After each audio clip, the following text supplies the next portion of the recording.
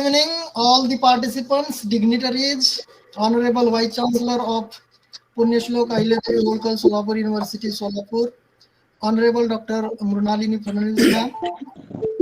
Today's keynote speaker, Dr. Shivaji Sargar. The speakers for this international conference, Professor Dr. Sunil Kumar Laute, Professor Dr. Vinod Gaikwad, Meghna Gaukar, Dr. Francois Toko. All the dignitaries, all the participants are welcome on this intellectual and great occasion, which is organized by Vittal Rao Shinde Arts College, Temburni, in collaboration with Solapur English Teachers Organization, that is SETO. The conference, that is one-day interdisciplinary international online conference on enriching language, literature, culture, and studies. On behalf of Vittal Rao Shinde Arts College, Temburni, the management, principal, IQSC, Department of English, Marathi, Hindi, and SETO, on behalf of all these departments and the college, all the dignitaries, all the participants who are present over here for this intellectual activity. In the beginning, as I mentioned, on behalf of on behalf of the college, on behalf of the Samstha, I welcome you. Now I request the convener and the organizer of this conference, Dr. N.D. Kokate, to make welcome and introduction speech. Over to you, Dr. Kokate. Okay, thank you, sir. A very good evening to all of you, and also heartily welcome to one and all. On behalf of one-day interdisciplinary international online conference on enriching language, literature, culture, and translation studies, organized by Internal Quality Assurance Cell, Department of English, Department of Marathi, Department of Hindi, Vittal Rao Shinde Arts College, Temburni, in collaboration with Solapur English Teachers Organization, SETO, we again welcome to all of you. The inaugurator of this function, Honorable Dr. Mrunalini Fernandes ma'am, Vice Chancellor of Punyashlok Ahilyadevi Holkar Solapur University, Solapur. The keynote speaker of this conference, Honorable Dr. Shivaji Sargar, Professor and former Head, Department of English, University of Mumbai. President of this conference, Honorable Principal Dr. Mahendra Kadam, all the resource persons, delegates, members of advisory committee, members of SETO, members of organizing and management committee, all professors, research scholars, students, teaching and non-teaching staff of my college, and my dear friends. At the outset, it gives us an immense pleasure to say that now we have 215 research papers, which we are going to publish those papers in UGCK listed journal entitled as Akshar Wangmay. Then I would like to mention here that we have near about 725 registrations from each and every corner of the world. Then regarding the concept note of this conference, the main theme of this international conference is enriching language, literature, culture, and translation studies. The prime intention behind this conference is to discuss 4 parameters with an interdisciplinary approach. You all know that the impact of literature in modern society is undeniable. Literature acts as a form of expression for each individual author. Literature confirms the real complexity of human conflict. Literature is a reflection of humanity and a way for us to understand each other. By listening the voice of another person, we can begin to figure out how that individual thinks. With this motto, we have organized this international conference for having academic deliberations on language, literature, culture, and translation studies to reinforce academic collaborations among researchers, students, and teachers.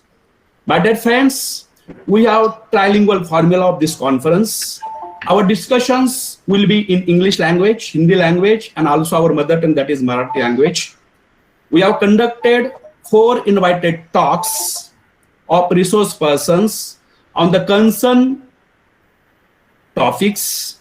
We have Dr. Shivaji Sargar, with the professor and head, former head of Department of English, University of Mumbai. Then another resource person is Professor Dr. Sunil Kumar Laute, who is the former principal of Mahavir College, Kolhapur. Then we have also great personality, who is Professor Dr. Vinod Gaikwad, who is the head Department of Marathi, Dean, Faculty of Arts, Rani Chennamma University, Belgaum, Karnataka. We have also well-known film actress from South India, Honorable Meghna Gaukar, and also we have great and eminent personality, who is Dr. Francois Tocho, who is the professor and head, World Languages Education, University of Wisconsin-Madison, America. We think that definitely this conference will be fruitful to all the participants. Again, heartily I welcome to one and all. I request all of you enjoy this conference. Thus, I conclude my welcome and introductory address. Thank you very much. Thanks a lot. Londe sir, over to you. Thank you, sir. Thank you, Dr. Kokate sir, for the introductory note and introducing the themes of the conference. Now we will move ahead. As sir mentioned, today we have with us Dr. Mrinalini Fadnavis ma'am, Vice Chancellor, Punyashlok Ahilyadevi Holkar, Solapur University, Solapur, as a guest of honor. Now, may I request Vice Chancellor Madam to guide this August gathering. Over to you, Dr. Mrinalini ma'am, Vice Chancellor. Yes. Ahilyadevi Holkar, Solapur University, Solapur. Thank you so much, Londe sir. I think I am audible to all. So, I would like to say that being a part of this international conference, enriching language, literature, culture, and translation studies, organized by Vittal Rao Shinde Arts College, Temburni, I'm really happy to announce that I inaugurate this international conference in a very enthusiastic way. Thank you so much. Now, coming to the topic, the principal, Dr. Mahindra Kadam sir, all the keynote speakers, all the participants, long list has been given by your authorities about the research papers, as well as those who have participated in this international conference. I welcome you on behalf of our university, that is Punyashlok Ahilyadevi Holkar University, Solapur. So let me tell you, the name of our university, Punyashlok Ahilyadevi Holkar, is also the part of the different type of literature and culture present over in the area of Solapur. That lady, in her period of 30 years of administration, she has worked a lot for culture and boosting the language and literature. The promotional activities done by Holkar is extremely very significant from the point of view of generating lot of literatures related to that period when Britishers and Muslims were the ruling authorities in the Indian scenario. When we got the independence, this literature came into contact with the help of various languages, and of course translation has also been done. On the basis of that, what type of things has happened in the period of when people were ruling, those who are outside India and those who are presently, means in 1947, that time, working for the development of India. So language plays a very important role. Even the Solapur University from 2018, we have started 8 different languages. Why 8 languages? Because Solapur is a southern part of Maharashtra, and we are very close to different states like Karnataka, Tamil Nadu, and other areas. So we can understand the people, those who are migrated or maybe migrating to these areas, they have different cultural groups, they have different language groups, and therefore they should feel happy that their language has been accepted as a part of postdoctoral course in our university. So I'm happy to share with you all that we have enriched the language, which is not only local, but also very, very close to the heart, that is their own mother tongue, like Tamil, Kannada, Pali, Prakrit. All these are very old languages which are playing a very important role in the development of the students. The language also plays a very important role by stopping migration from one to another place. Earlier, when the education facilities were less, people who were moving to the different cities, those who are of a developed nature, and the area which is underdeveloped and the rural areas, they are not having this facility. But when opening of these type of courses or the deliberations, the students got so many facilities, and we have stopped the migration from rural to urban areas. I think that is the beauty of opening of the languages, because everyone wants to know, understand, and very comfortable in understanding in his or her language. So that is the part which is, I think, all will understand and will make a note that language plays a very important role for different issues which is related to the system, to that area, to the local area, to the global area, as well as to the different development paradigms. So therefore, the importance of language, nobody can say that without language we can study the, you can say, the science or the commerce. It is highly impossible. You should have a very enriching language. Similarly, the literature also plays a very important role. And this literature part, which is written by stalwarts of a particular area, maybe like our own language is Marathi, but at the international level, global level, many people, those who have written with the help of different languages, including English, that literature always enriches us from different angles to study how the development of the humanity, how the development of peace and different cultures must have taken place in that particular area. And therefore, we can able to understand, correlate, even think of various things which is happening on different part of the world.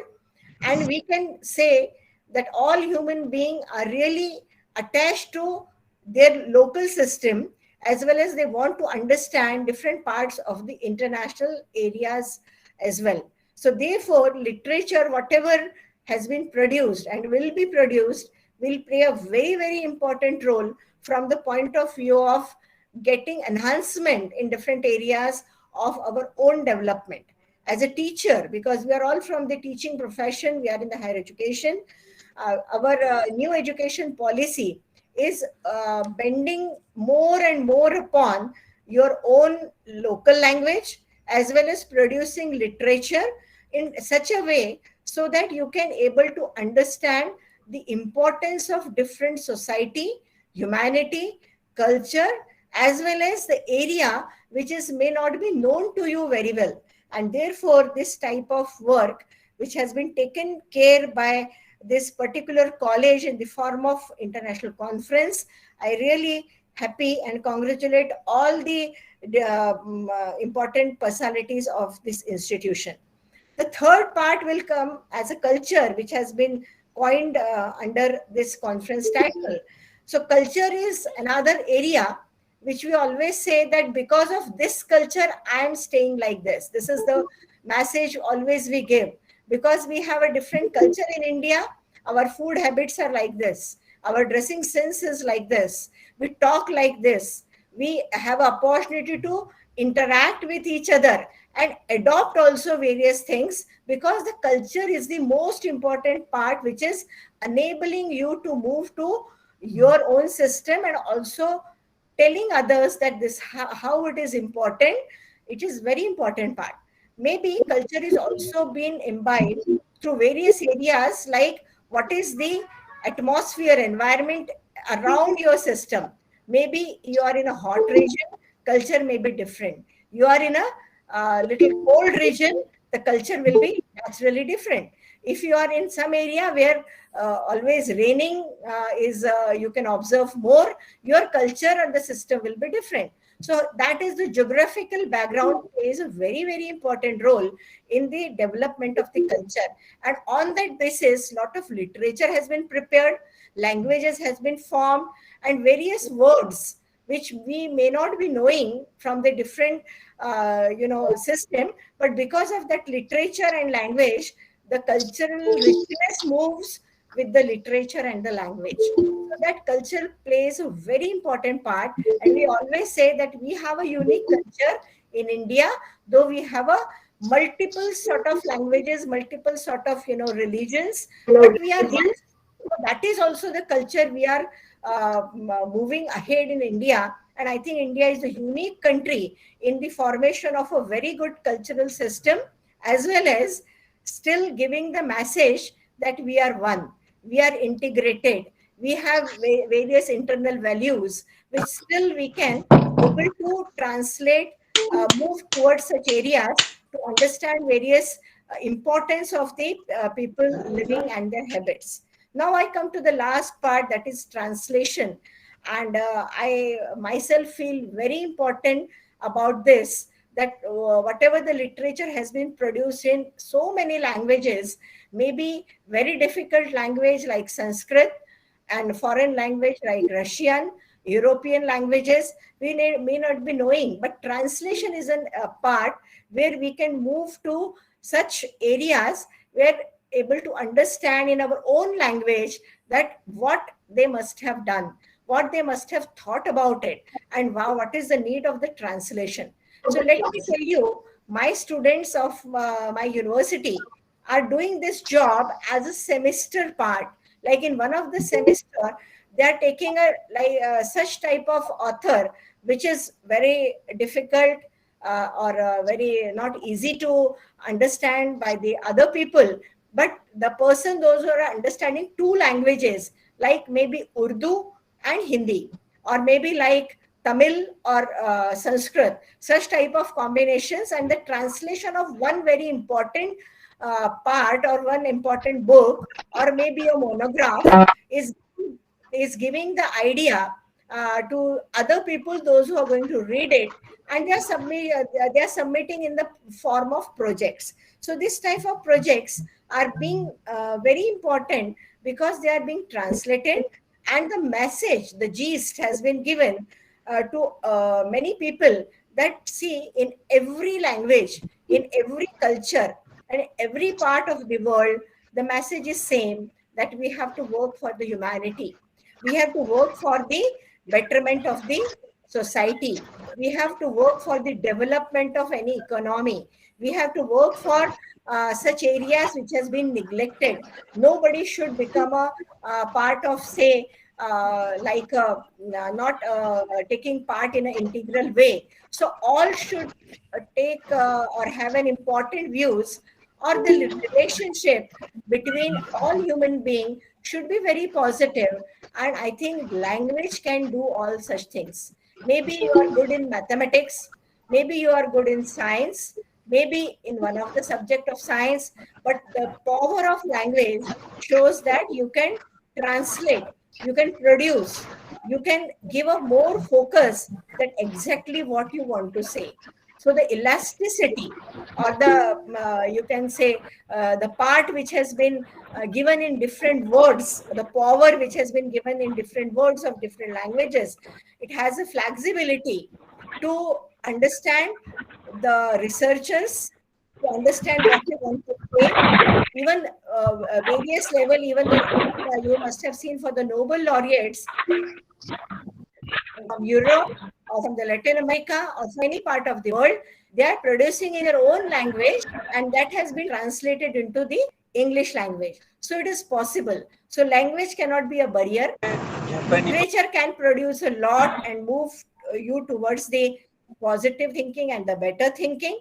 And culture is to understand how we can integrate each other by understanding culture and adopting also to some extent.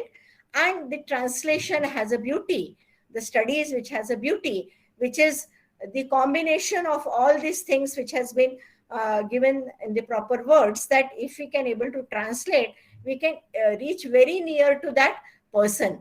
One very important person we know from a different part of the world, but we can't read his or her book because it is written in different language, but translation make that facility. We can feel that we are near to that writer, we are near to that thought, we are near to that personality, and that beauty is only possible when you can understand different languages. So I heartily congratulate all the stakeholders of this one day international online conference, and I hope whatever you have thought, you have planned for enriching people through different type of issues related to language, literature and all, I think that will come very true. And the powerful part of this particular conference, I should say, the student should understand the perfection in the language, or the right part deliberation through this language, any language, will become a very visionary personality. The person can become a very visionary and well known, and can able to give lot of inputs to the research and the writings, as well as many things which is related to this particular section. So thank you very much for calling me, and have a very good luck ahead for this day long conference. Thank you. Thank you very much, madam. Thank you very much, madam. Conference. Punyashloka has introduced great Devi Holkar and contributed to the language. She even highlighted the importance of language, literature, culture, and translation studies in academic world and in the society too. Again, I thank you, ma'am, for your presence and intellectual speech. Now, moving ahead, today we have with us keynote speaker, Dr. Shivaji Sargar. Before inviting him to deliver his talk, let me introduce him in brief. Dr. Shivaji Sargar, at present he is professor and former head, Department of English, University of Mumbai. He has more than 25 years of experience as a teacher for UG and PG classes. He served for 18 years as a head of the department in different colleges of Rayat Shikshan Sanstha. He is research guide for MPhil and PhD. Under his guidance, 9 students have completed PhD and 5 students have completed MPhil. He has published more than 60 articles in various journals, then 45 research articles in different conferences. To his credit, there are 12 books that are published by renowned publishers. He has completed 3 research projects. As we know that today he is also here as a resource person, and he has served as a resource person in many conferences, seminars, workshops. Then he also worked on many academic and administrative bodies of University of Mumbai and Rayat Shikshan Sanstha Satara. With this brief introduction, may I now call Professor Dr. Shivaji Sargar to deliver his speech. Over to you, sir. Thank you very much, Londe sir. Actually, I'm very happy to be the part of this conference for multiple reasons. But before I go to those reasons, let me say good afternoon to all of you. Dr. Mrunalini Fadnavis Madam, Honorable Vice Chancellor, Punyashlok Ahilya Devi Holkar, Solapur University, Solapur. And of course, she is also the guest of honor for today's international conference. We have 4 co-research persons with me. Dr. Sunil Kumar Laute sir, former principal, Mahavir College, Kolhapur. Dr. Vinod Gaikwad, head Department of Marathi, and he is also the Dean, Faculty of Arts, Rani Chennamma University, Belgaum. We have Dr. Francois Toshaw, Professor and Head, World Language Association, University of Wisconsin at Madison, USA, and young scholar and practicing actress from South India, Miss Meghna Gaokar.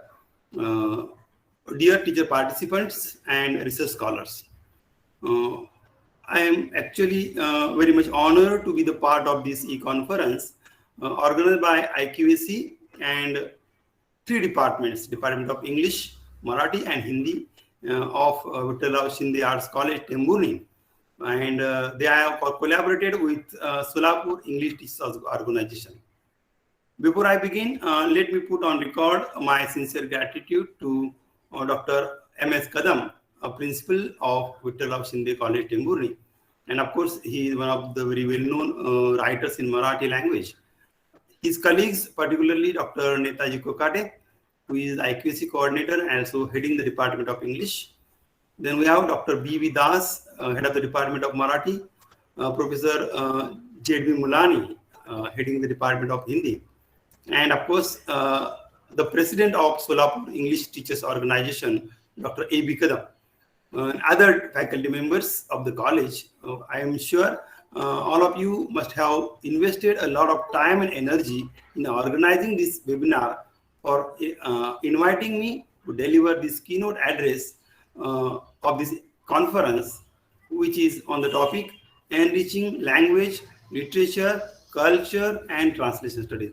Friends, actually my job has been made very easy by Honorable Vice Chancellor Madam, because she has very beautifully spoken about all the 4 aspects of today's conference. Actually, as an inaugurator of the conference, she was expected to contribute, and she has really nicely contributed to the theme of this conference. So my job has become a little easier. Thank you very much, Madam, for enlightening the audience with your very thought-provoking address, covering all the 4 aspects of this particular conference.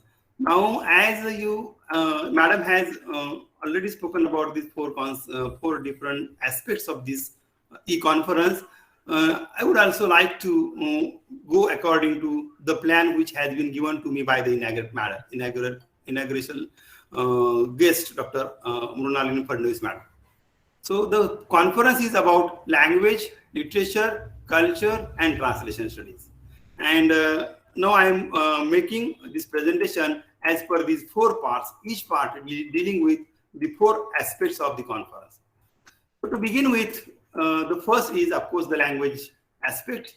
And I would like to touch upon some of the issues which are very closely related to the use of language in our day-to-day life, and perhaps most importantly, the language policies regarding the use of language that actually decide which language is given an upper hand by the policymakers, and what are its repercussions. Of course, I will be discussing both positive as well as negative repercussions of language policy.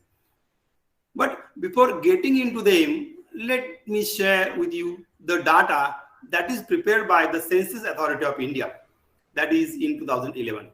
As per this data, there are 447 languages that are spoken by the people in India, out of which almost 78% belong to the Indo-Aryan group of languages, and 19.64% people speak Dravidian language. That is 5 Dravidian languages, including Kannada, Tamil, Malayalam, Telugu. So these 4 languages belong to 19.64% people in India. They speak these 4 languages, who fall in the Dravidian family group of languages. When we compare this data with other countries of the world, it is found that India as a country stands at number 4 in the world with reference to the highest number of languages. At number 1, we have Papua New Guinea, where the number of languages spoken is 840. At number 2 in world is Indonesia with 710 languages, whereas Nigeria stands at number 3 with 524, and we are at number 4, as I said, with 447 languages. Hindi belongs to Indo-Aryan group and is spoken by almost 523 million people. It stands at number 3 in the world, followed by followed by 97 million Bengali speakers, and they are at world number 6. Marathi is spoken by 83 million people in India. Then there are Telugu speakers, Tamil speakers, Punjabi speakers. Punjabi, so far as Punjabi is concerned, it is at number 12 in the world. Sanskrit, our very important language in our country, which is spoken by around 24,821 people. Out of these 447 Indian languages, friends, the 8th schedule of Indian Constitution, it has acknowledged only 22 languages.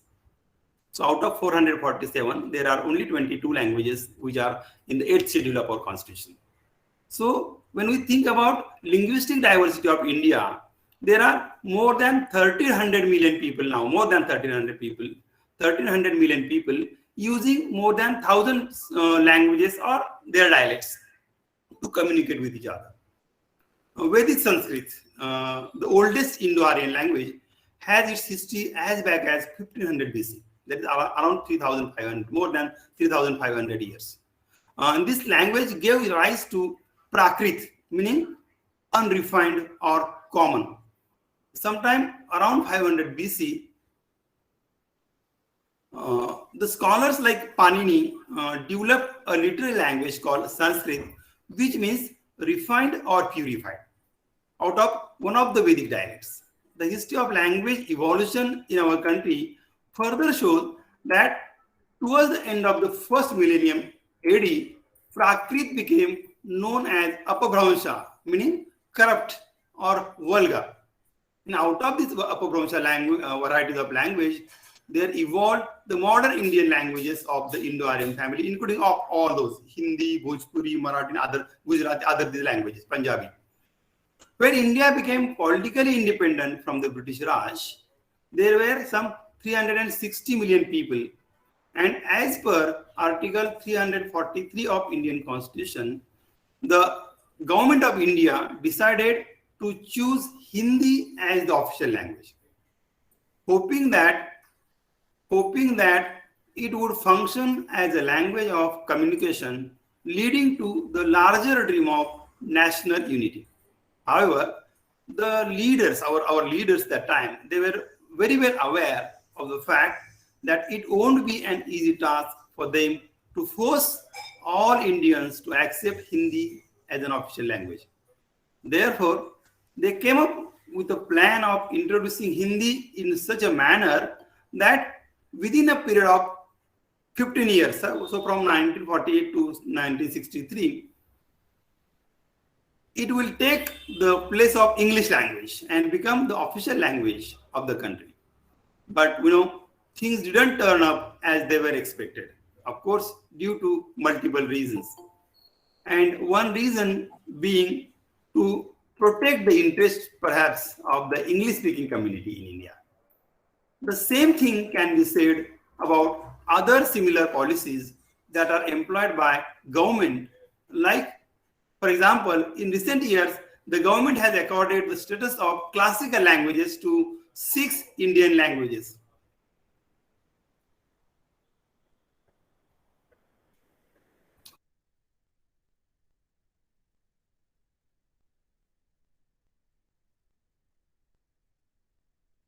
Sir unmute your self. आपला mike बंद झालेला आहे. Hello, sir. Yeah, sorry. Yes. Actually, yeah. So these policies, they show that the language policy or the use of language in our country, and when we study these policies, it comes to forefront that these policies are not policies, but they are just tricks of politics that are being employed by the government to protect the interests of some people over those of others. Let me give you few examples. And first of them is the issue of Bhojpuri language. Friends, as per 2011 census, there are 50 million, almost 50 million people, 5 crore people in India, they speak Bhojpuri language. And these people, they are constantly demanding to introduce Bhojpuri in the list of scheduled languages so that it can get some government assistance for the development and promotion and preservation of Bhojpuri language and culture. But the demands of these Bhojpuri speakers, they are falling on deaf ears. At the same time, there are many other languages which are spoken by less than 1 million people, but still those languages are included in the 8th schedule, as well as some of them are also listed among the list of classical languages. Let us take one example of, as I said, Sanskrit is one of the most important languages in the world. So let us take the example of Sanskrit. So this language is both in the list of the scheduled languages, and it is also in the list of classical languages. Though the number of speakers of Sanskrit is very less, that is less than 25,000. But if we look closely into the list of these classical languages, it is seen that this list came into existence in 2004 with Tamil language, and then the very next year, that is in 2005, Sanskrit was added into that list. Then in 2008, 2 more languages from South India, Kannada and Telugu, these 2 languages were added to this list. Then in 2013, 1 more language, that is Malayalam from Kerala, it came into that list. And in 2014, Odia, it became the 6th language in the list of classical languages. Of course, we Marathi speakers are also demanding to include Marathi in the list of classical languages, but still we have not got any positive response from the government. And all these classical languages, let me tell you, they are listed. They are classical languages as well as scheduled languages. Now, I have a question, and that question is why these lists or these policies of listing some language, Sanskrit language as such, but it is happening at international level where the so-called superpowers, and when I say superpowers, I mean the Western countries. Of course, China has got into that race again, and these countries are trying to impose their language or their languages, with more importance being given to, of course, the English language, and now some other Spanish and French, and of course now Chinese is also coming in the light. So this politics of language use and language policies, it takes me to the second element of this conference, and that is literature. And let me tell you that there is much more politics involved into this when it comes to the promotion of literature and literary artists. It is seen that the group of people who control the society or a country or an international organization, almost invariably, they will try to control its literature. Let us again begin with India. As we have very rich literary tradition spanning for more than 3,500 years. Beginning with the Vedas written in Sanskrit language, we are very rich so far as Sanskrit literature is concerned. So there are dozens of books written in Sanskrit language that deal with various branches of knowledge, including sciences, social sciences, literature. The Indian educational system was using Sanskrit as the medium of instruction, and among other subjects, Sanskrit literature was taught to the students. It is seen that besides being a rich repertoire of sacred and philosophical writing, Sanskrit literature also consists of erotic and devotional lyrics, court poetry, plays, and narrative cocktails. However, with the passing of the time, Sanskrit gave way to other languages that were either evolved out of Sanskrit itself, like the Prakrit, or the other regional languages. The main reason for this shift was perhaps Sanskrit representing the so-called Brahminical Vedic religion with which the followers of that time, of course, followers of Buddhism and Jainism, they were not comfortable. And so these people, they used Pali and Ardhamagadi as the languages to create their respective literatures. From these and other related languages emerged the modern languages of another India. And now this point leads me to the next aspect of this conference, and this is translation studies. It is observed, friends, that most of Indian literature produced before the introduction of English studies in India is primarily based on all-time great Sanskrit epics, the Mahabharata and the Ramayana. So we can say that the writers belonging to different parts of our country, speaking different regional languages, what they have done, I'm not saying all, but some of them have attempted to pen down their own understandings and their interpretations of the ancient Indian literature in their own regional languages. So in a way, we can say the literature of these writers, regional writers, can be called as the translations of ancient Indian literature, of course, which was written in Sanskrit language. So these writers were translators, and their literature mainly consists of translations or adaptations or interpretations and retellings of the stories from the ancient Indian literature. Besides literary translations, we also have various works on medicine, astronomy, metallurgy, travel, shipbuilding, architecture, philosophy, religion, and poetics, which were originally written in Sanskrit or Pali. Some of them were also written in Prakrit, Persian, and Arabic.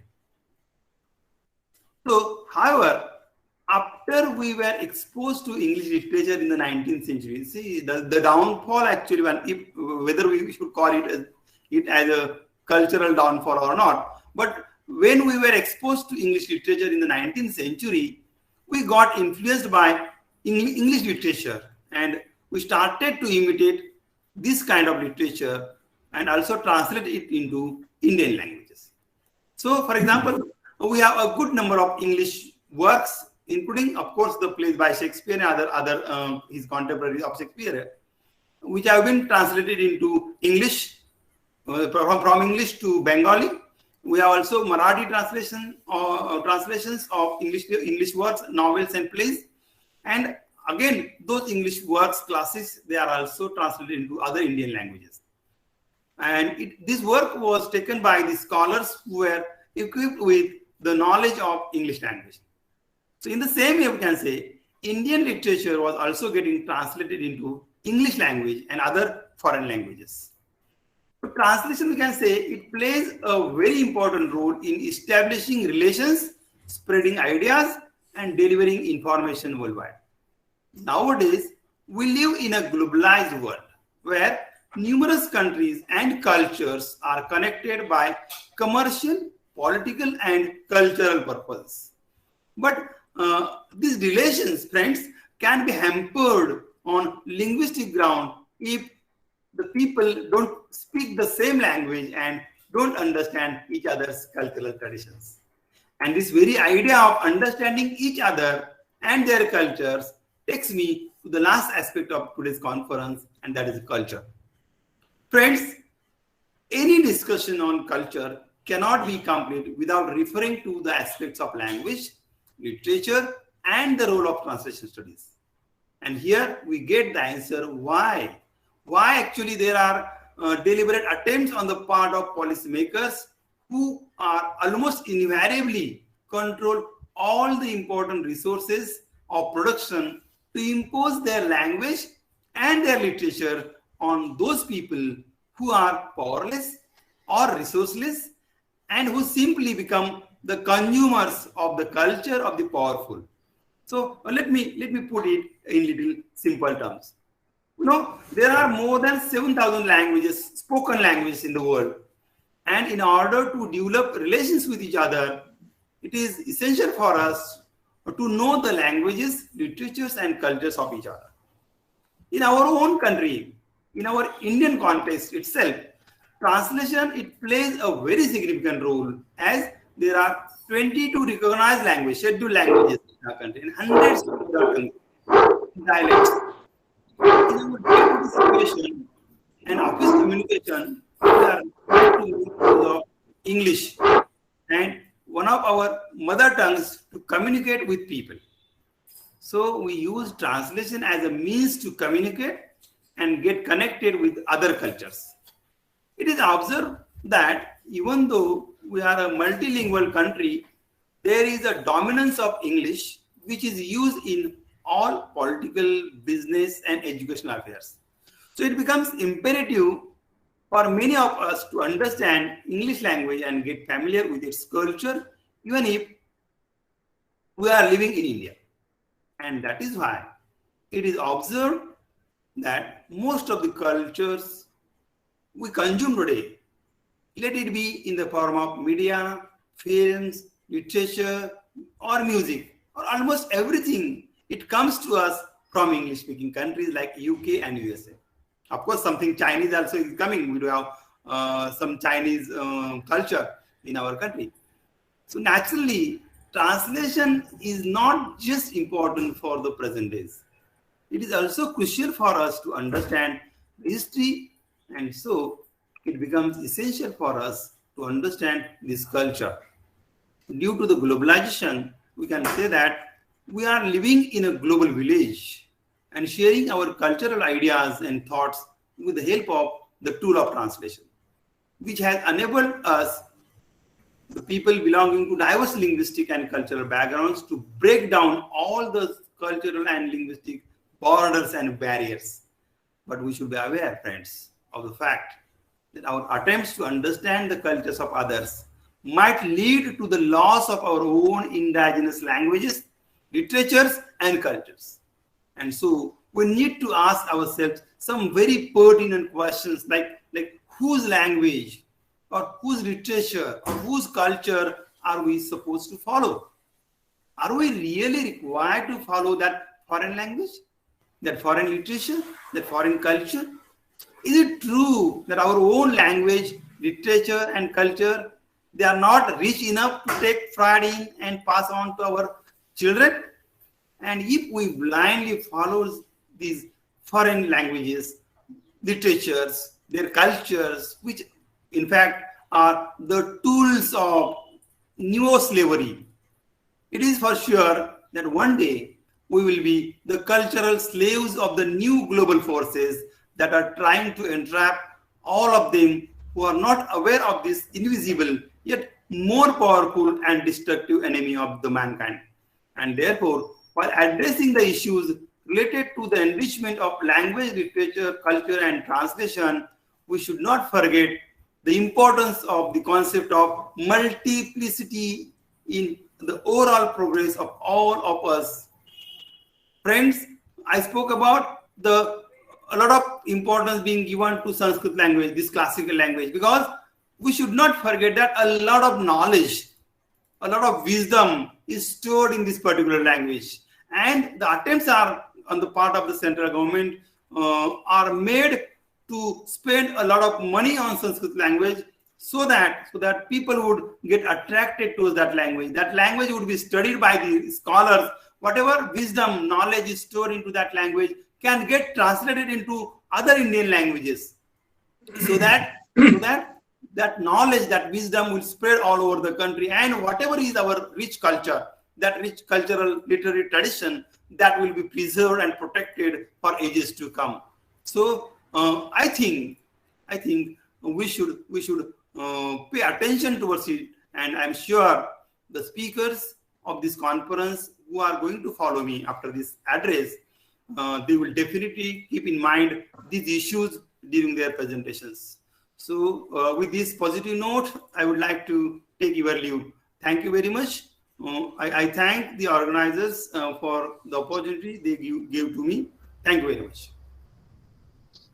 Thank you very much, sir. You talked about language policy in India and abroad too. You also talked about the politics of language, literature, culture across the world. In fact, you have highlighted the key elements of this conference, that is language, literature, culture, and translation studies. It was in real sense a keynote address for our participants. Now moving ahead, for this inaugural function, we have with us the president of this inaugural function, Dr. Mahendra Kadam, Principal, Vittalrao Shinde Arts College, Temburni. Apart from that, he is a renowned literary figure in Maharashtra and across the India too.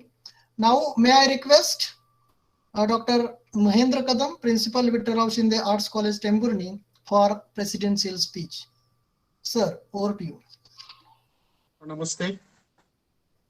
Today's International Online Conference Enriching Language, Literature, Culture and Translation Studies.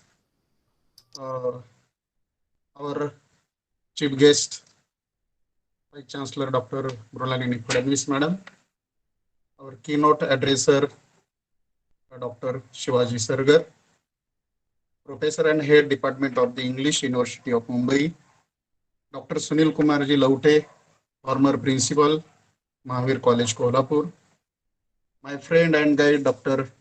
Vinodji Gaikwad, Head and Dean of the Belgaum University, my colleague, Convener, IQAC Chairman, Dr. Netaji Kokate, Hindi Head Dr. Zakir Mulani, Dr. Balasaheb Das, Dr. Ashok Kadam, and all the dignitaries of the in this conference. या आजच्या एक दिवसीय international कॉन्फरन्सच्या संदर्भात सरगर सरांनी आणि कुलगुरू मॅडमनी जी मांडणी केली ती मांडणी मला या अर्थाने महत्वाची वाटते की भाषा, साहित्य, समाज आणि संस्कृती या संदर्भात जे मंथनाच होणं गरजेचं आहे त्या संदर्भातल्या त्याला जोडून ज्या काही 2-3 गोष्टी आहेत त्या 2-3 गोष्टी मी आपणासमोर ठेवतो. सरगर सरांनी जो अत्यंत महत्वाचा मुद्दा संस्कृत भाषेच्या आणि बौद्ध जैन भाषेच्या संदर्भातला आणि संस्कृतीच्या संदर्भातला मांडला होता तो फार महत्वाचा आहे. Because sir William Jones, who is the founder of the historical linguistics, he says that in our ancient India there is a 3 languages which is Greek, Latin and Sanskrit. He called them Indo-European languages. Today's all languages born from these 3 languages. It means today's also we are equal on a language stage. But nowadays आप अगर सोच सकते हैं तो अपने भारत का जो इतिहास लिखने का जो सर जी ने बोला एंशिएंट हिस्ट्री के बारे में, उनकी जो शुरुआत हुई वो शुरुआत ही गलत बेस पे हुई है. वो गलत बेस है कि इस देश में लिखित रूप से जो फर्स्ट प्रूफ आया है वो ऋग्वेद का है और वो फ्रॉम संस्कृत से है. इसलिए संस्कृत यानी Aryan culture is the basic culture in our India. It is the जो रोल रखा गया है वो रोल बहुत गलत महसूस हुआ है और इसीलिए बौद्ध और जैन लोगों ने संस्कृत और उनकी परंपराओं को छेद देने का प्रयास किया और इस देश में लगभग 1000 साल तक बौद्ध कल्चर आर्यन कल्चर के साथ संघर्ष कर रहा था, लड़ रहा था. भाषा ही गोष्ट मित्रांनो या अर्थाने महत्वाची आहे की आपण भारताचा इतिहास पाहत असताना सरांनी ट्रान्सलेशनच्या संदर्भात शेवटच्या जो अत्यंत महत्वाचा मुद्दा मांडला की इंग्रजी ही लिंक लँग्वेज आहे आणि हिंदी ही ऑफिशियल लँग्वेज आहे. मराठी सुद्धा आज अभिजात भाषेच्या संदर्भात केंद्र शासनाकडे प्रस्ताव दाखल झालेला आहे. त्या संदर्भातल्या सगळ्या नोंदी आणि पुरावे या देशामध्ये विशेषतः महाराष्ट्रामध्ये इसवी सन पूर्व 2000 ते इसवी सन 2000 या कालखंड इसवी सन 2रं शतक या कालखंडामध्ये साधारणपणे ज्या सातवाहनांच्या सत्ता होत्या तिथपासूनचा 2000 वर्षांचा भाषिक इतिहास आज मराठीच्या अनुषंगाने सुद्धा उपलब्ध आहे. परंतु जे काही केंद्रीय राजकारण होत आहे त्या राजकारणामधून मराठीला अद्यापही अभिजात भाषेचा दर्जा मिळालेला नाही. ही गोष्ट जरी खरी असली तरी आजच्या संदर्भामध्ये या इंटरनॅशनल कॉन्फरन्सच्या संदर्भामध्ये मला जो अत्यंत महत्वाचा मुद्दा मांडायचा आहे तो मुद्दा आहे की भाषा आणि भाषेच्या माध्यमातून आपल्यापर्यंत पोहोचणारं साहित्य, समाज आणि संस्कृती या 3 गोष्टींचा जर आपण विचार करायला लागलो तर या 3 गोष्टींना प्रसारित करणं, या 3 गोष्टी आपल्यापर्यंत पोहोचवण्याचं मुख्य काम भाषा करत असते. आणि ती भाषा आपल्या भारतीय अवकाशाच्या संदर्भात जेव्हा आपण तपासायला लागतो तेव्हा आपल्याकडं जे काही पेच निर्माण झालेले आहेत त्या पेचांच्या मधून एकूणच भाषिक संस्कृतीकडं, भाषिक साहित्याकडं पाहण्याच्या दृष्टिकोनांच्या मध्ये जे बदल झालेले त्या बदलांच्या संदर्भात इथं मंथन व्हावं असं मला महत्वाचं नोंद करायचं आहे. ते मंथन या अर्थाने महत्वाचं आहे की भारताचा इतिहास हा दक्षिण आणि उत्तर या दोन टोकांच्या मध्ये जो विभागला गेलेला आहे, ती विभागली गेलेली टोकं बाजूला ठेवून जर आपण भाषिक अंगानं एकाच वेळी ऋग्वेदामधलं संस्कृत किंवा संस्कृत मधलं संपूर्ण ज्ञान आणि त्याच वेळी त्या काळातल्या पाली, प्राकृत आणि ब्राह्मी लिपीच्या माध्यमातून उपलब्ध असणारं सबंध भारतामधलं ज्ञान जर आपण तपासायला लागलो तर मला वाटतं की भारताचाच नव्हे तर एकूणच जागतिक इतिहास जे सर विल्यम जोन्स म्हणतो तर तो ग्रीक, लॅटिन, संस्कृतला केंद्रस्थानी ठेवून जी एक जागतिक मांडणी करू पाहत होते तर त्या मांडणीचे एक नवे पैलू आपल्या या चर्चेतून पुढे यावेत. त्याचं कारण असं आहे की हिमालयापासून थेट जर तुम्ही खाली कन्याकुमारी पर्यंत गेलात आणि या सबंध परिसरामध्ये आता सरगर सर म्हणत होते की 70,000 भाषा या जगभरामध्ये वापरल्या जातात, तर या बोली भाषांचा जर आपण एक सलग आढावा घेत गेलो तर एक नवी संस्कृती, एक नवा इतिहास आणि एक नवं संशोधन आपल्या पुढे येईल आणि याचा डेफिनेटली फायदा इनरिचिंग लँग्वेजेस, इनरिचिंग कल्चर असं आपण म्हणतो तेव्हा जे काही आपल्या मनामध्ये श्रेष्ठ कनिष्ठत्वाच्या ज्या भिंती आहेत त्या भिंती तोडून टाकण्यासाठी मला वाटतं हे अत्यंत महत्वाचं संशोधन होणं गरजेचं आहे. येत्या 25-30 वर्षामध्ये गणेश देवी जे इंटरनॅशनल स्कॉलर आहेत त्या असं म्हणतायत की येत्या 25 वर्षामध्ये कदाचित लिखित भाषा संपुष्टात येण्याची शक्यता आहे.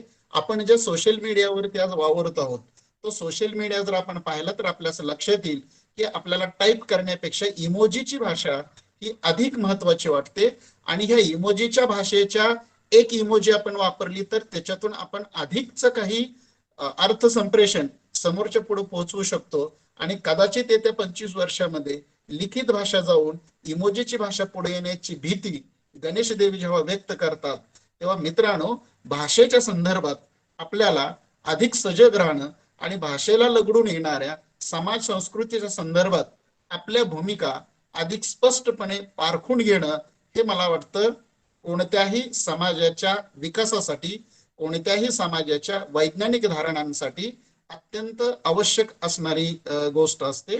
त्याचं कारण आहे, एक शेवटचा संदर्भ देतो आणि मी थांबतो. तो संदर्भ असा आहे की ज्या सुनामीच्या लाटा मागच्या 7 वर्षापूर्वी आपल्या जपानमध्ये निर्माण झाल्या आणि त्या लाटांच्या मध्ये जी एक जमात संपुष्टात आली तर त्या जमातीची भाषा जगभरातल्या कोणत्याही भाषा तज्ञांना कळत नव्हती. त्यामुळं सुनामीच्या लाटा येणार आहेत याचं त्यांना जे पूर्व ज्ञान झालं होतं आणि त्याच्यामुळे त्यांनी स्वतःला ते समुद्राच्या लाटांच्या पासून वाचवलं होतं. ते ज्ञान काय आहे याचा शोध अद्यापही जागतिक पातळीवर कोणालाही घेता आला नाही. त्याचं कारण आहे की ते ज्या भाषेमध्ये व्यक्त होत आहेत ती भाषा जगभरातल्या कोणत्याही भाषा तज्ञांना आणि जगभरातले भाषा लोक जे भाषा वापरत आहेत त्यांची भाषा त्या आदिवासी लोकांना कळत नाही. म्हणून एखादी भाषा संपुष्टात येणं म्हणजे एखादं मोठंच्या मोठं ज्ञान भांडार, मोठंच्या मोठं संस्कृती भांडार संपुष्टात येणं असतं. आणि म्हणून अनुवादाच्या अनुषंगानं शेवटचा जो आपल्या या चर्चासत्राचा विषय आहे भाषांतराच्या, तर त्या अनुषंगानं मला या संदर्भातली महत्वाची नोंद अशी करायची आहे की या सगळ्या जगभरातल्या जसं इंग्रजी मधलं साहित्य मराठीमध्ये येत आहे, हिंदी का लिटरेचर मराठी में आता है, अंग्रेजी में आता है, ठीक उसी तरह इस देश में जो छोटी छोटी बोलियां बोली जाती है उनका भी लिटरेचर नोट डाउन होना चाहिए और उनका भी ट्रांसलेशन मराठी, हिंदी, अंग्रेजी और जागतिक सारी भाषाओं में होना चाहिए. इसलिए मैं आप सबको रिक्वेस्ट करता हूं, अगर हमारे इस कॉन्फ्रेंस के बाद भाषा, साहित्य, समाज आणि संस्कृती या संदर्भात जर आपण या काही नव्या मुद्द्यांना केंद्रस्थानी ठेवून भारताचा इतिहास, भारताचा आणि एकूण जागतिक पार्श्वभूमीवर असणारं भारताचं एकूण जे काचं स्थान आहे ते स्थान नव्यानं उभं करण्यासाठी भाषा, साहित्य, समाज आणि संस्कृती यांचा आजच्या वर्तमानाच्या संदर्भात आणि प्राचीन भारताच्या अन्वयार्थानं जर नवी मांडणी करायला सुरुवात केली तर मला वाटतं खूप सारे नवे संदर्भ आपणासमोर येतील आणि त्यातून एक नवा भारत, नव जागतिक नॉलेज उपलब्ध होईल अशी अपेक्षा व्यक्त करतो आणि थांबतो. धन्यवाद.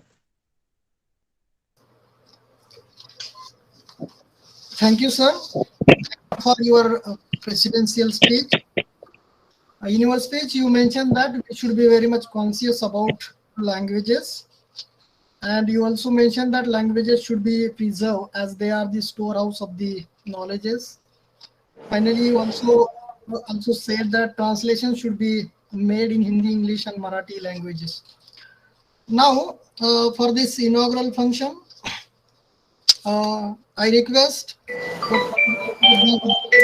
the vote of thanks. To offer vote of thanks of this inaugural function, I request Professor Balasaheb Das to offer vote of thanks. हा सर बोला. आवाज सर, माईकचा आवाज तुमच्या चालू करा. केलाय. हा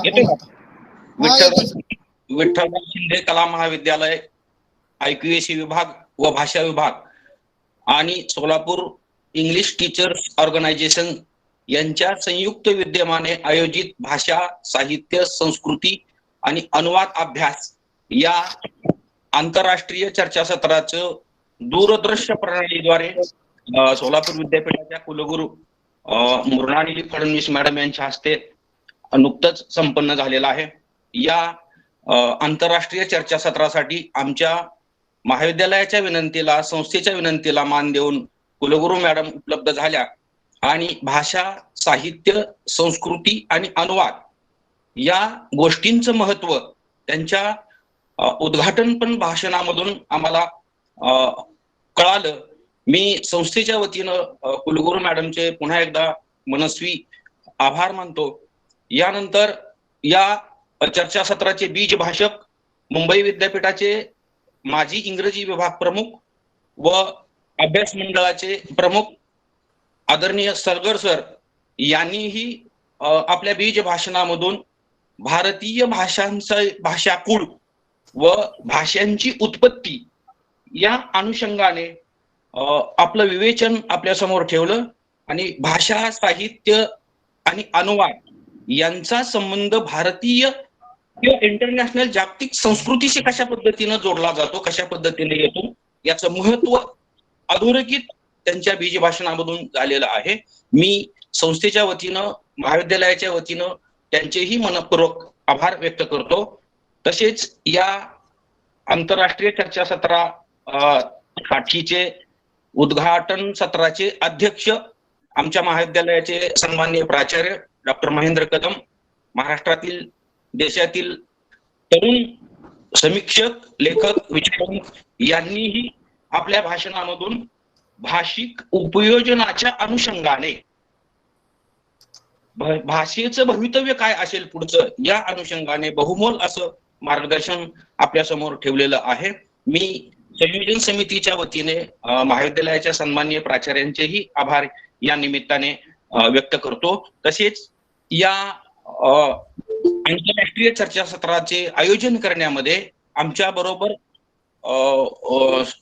कोलॅबरेटिव्ह ऍक्टिव्हिटी म्हणून काम करणारे सोलापूर इंग्लिश टीचर ऑर्गनायझेशनचे अध्यक्ष डॉक्टर अशोक कदम, त्यांचे सहकारी जे 4:30 वाजल्यापासून सुंदर अशा आवाजामध्ये, मंजुळ आवाजामध्ये सूत्रसंचालन करत आहेत असे आमचे सचिन लोंढे सर, याही ऑर्गनायझेशनचे मी महाविद्यालयाच्या वतीने मनपूर्वक आभार व्यक्त करतो. तसेच आमच्या महाविद्यालयाचा IQAC विभाग आणि IQAC चे coordinator doctor NP Kokhate sir, Hindi विभागाचे माझे दुसरे सहकारी या चर्चासत्राचे हिंदी विभागाचे समन्वयक प्राध्यापक झाकीर हुसेन मुलानी यांचेही या निमित्ताने मी मनापासून आभार व्यक्त करतो. आणि या चर्चासत्रासाठी वेगवेगळ्या देशातून, वेगवेगळ्या राज्यातून जे संशोधक, मार्गदर्शक, अभ्यासक या निमित्ताने इथं सहभागी झालेले आहेत, या सर्वांचं स्वागत करून हे सत्र अध्यक्षांच्या परवानगीने उद्घाटन सत्र इथं संपन्न होत आहे असं जाहीर करतो. जय Hind sir. Thank you. Thank you, sir. After this inaugural function, we will move ahead and we will begin with the first plenary. काय त्याच्या खाली We will begin with plenary session. The first invited talk, and for this first invited talk, we have with us Professor Dr. Sunil Kumar Laute.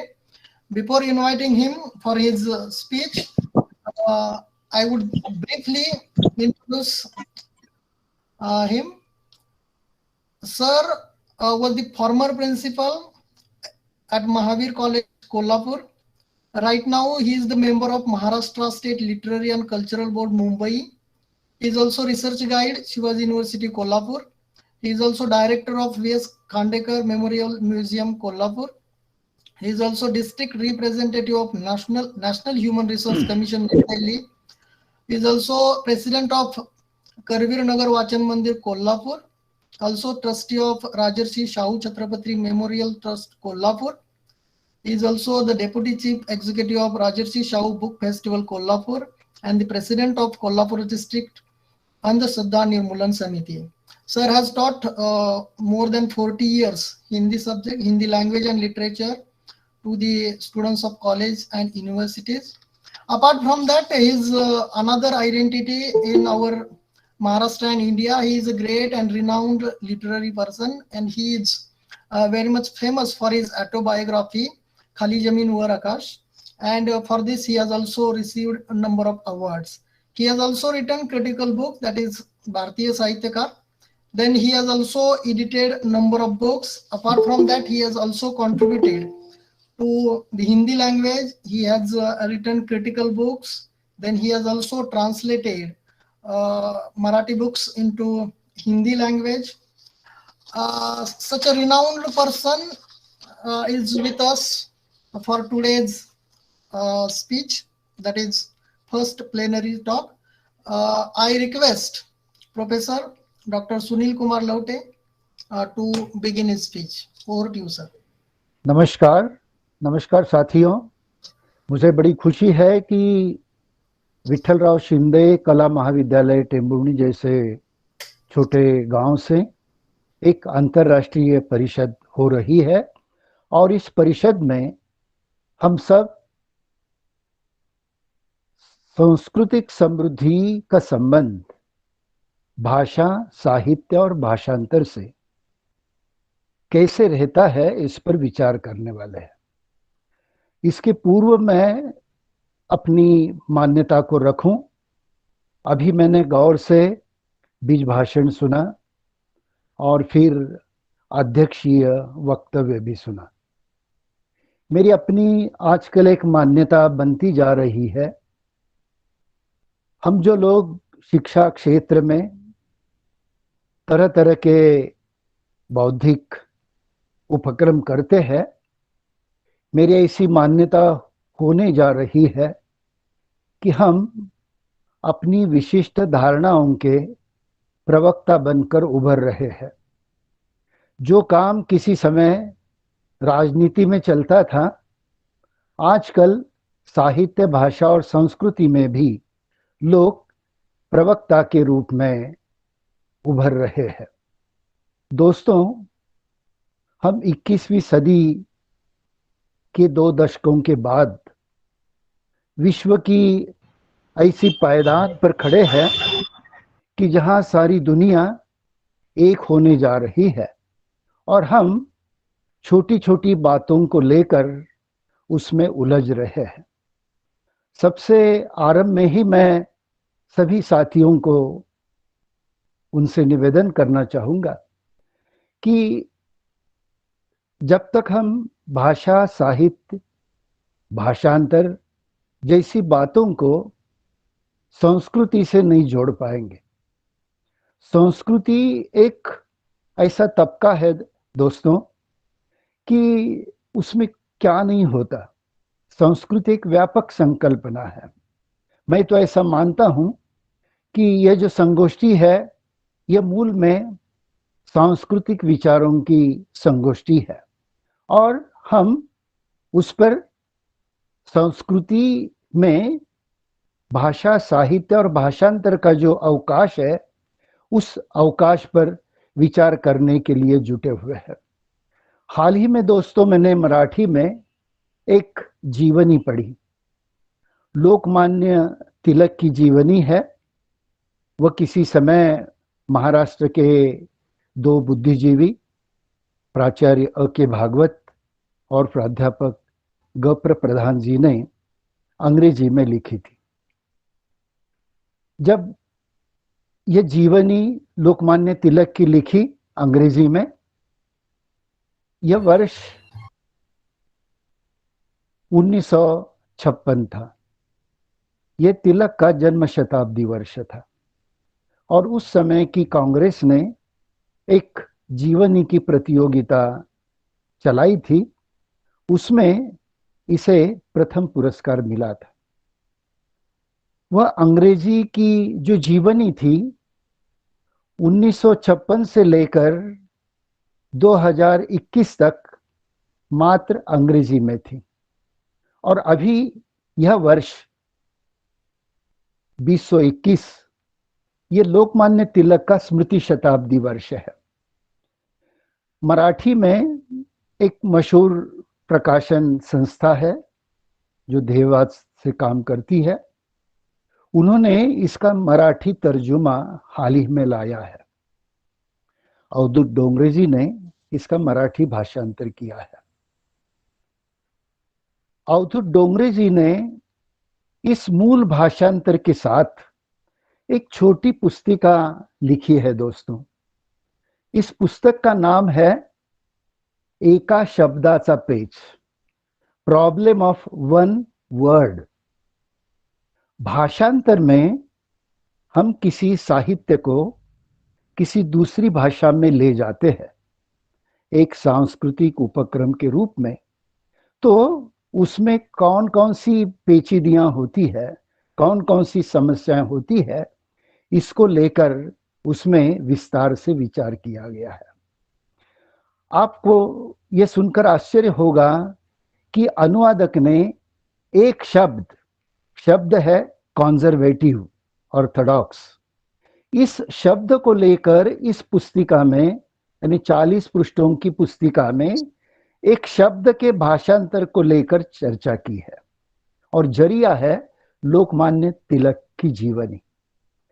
यह मैं इसलिए आप सबके सामने रख रहा हूं कि जब हम अंतर्राष्ट्रीय मंच पर सांस्कृतिक समृद्धि के लिए भाषा, साहित्य और भाषांतर का विचार करते हैं, तो हमें इस बात को नहीं भूलना चाहिए कि जब हम सांस्कृतिक समृद्धि की बात करते हैं तो काल उसका एक परिमाण होता है। काल दोस्तों किसी के हाथ में बंधा नहीं रहता, वह समय के साथ चलता रहता है। आप जानते हैं सब लोग कि लोकमान्य तिलक का जीवन काल 19वीं शताब्दी का उत्तरार्ध और 20वीं शताब्दी का पूर्वार्ध है। भारतवर्ष की दृष्टि से यह समय हमारे सामाजिक और धार्मिक सुधारवाद का काल था। भारतवर्ष 1857 के बाद आप देखा करेंगे कि एक और हमारे मन में स्वतंत्रता की ज्योति जल रही थी और दूसरी ओर हम धार्मिकता और दकियानुसीपन से मुक्ति चाहते थे। हम सामाजिक सुधारों का प्रयास करते थे। ज्योतिराव फुले इसी समय आ गए हैं, वे प्रयास कर रहे हैं। ये जो सारा माहौल है सांस्कृतिक परिवेश भारतवर्ष का, ये सांस्कृतिक परिवेश को लेकर ये चरित्र लिखा हुआ है। अनुवादक के सामने समस्या क्या है दोस्तों, जो हमारे सामने भी कभी होनी चाहिए। मैंने अनेक अनुवाद किए हैं, लेकिन इस अनुवादक ने जो प्रश्न हमारे सामने रखे हैं वह समय को लेकर हमें सोचने के लिए बाध्य करते हैं। क्या क्या प्रश्न हैं वर्तमान में अनुवाद, भाषा और साहित्य को लेकर? प्रश्न है दोस्तों कि क्या हम संस्कृति के साथ भाषा और साहित्य को जोड़ते समय कभी समय के संदर्भ में इसका प्रयास या विचार करते हैं, अनुवादक ने हमारे सामने एक प्रश्न रखा है।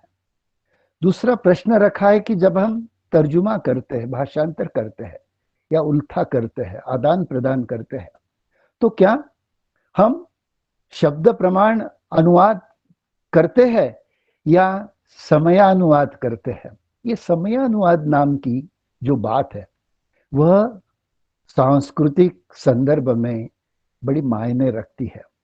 आप सब लोग जानते हैं कि तिलक सोच से सनातनी थे, महात्मा गांधी भी सोच से सनातनी थे।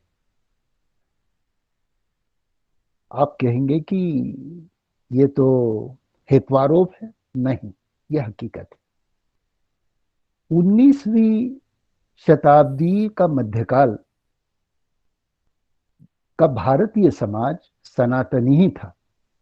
व्यक्ति सनातनी नहीं थी, समय सनातनी था, और समय सनातनी होने के कारण व्यक्ति भी सनातनी थे।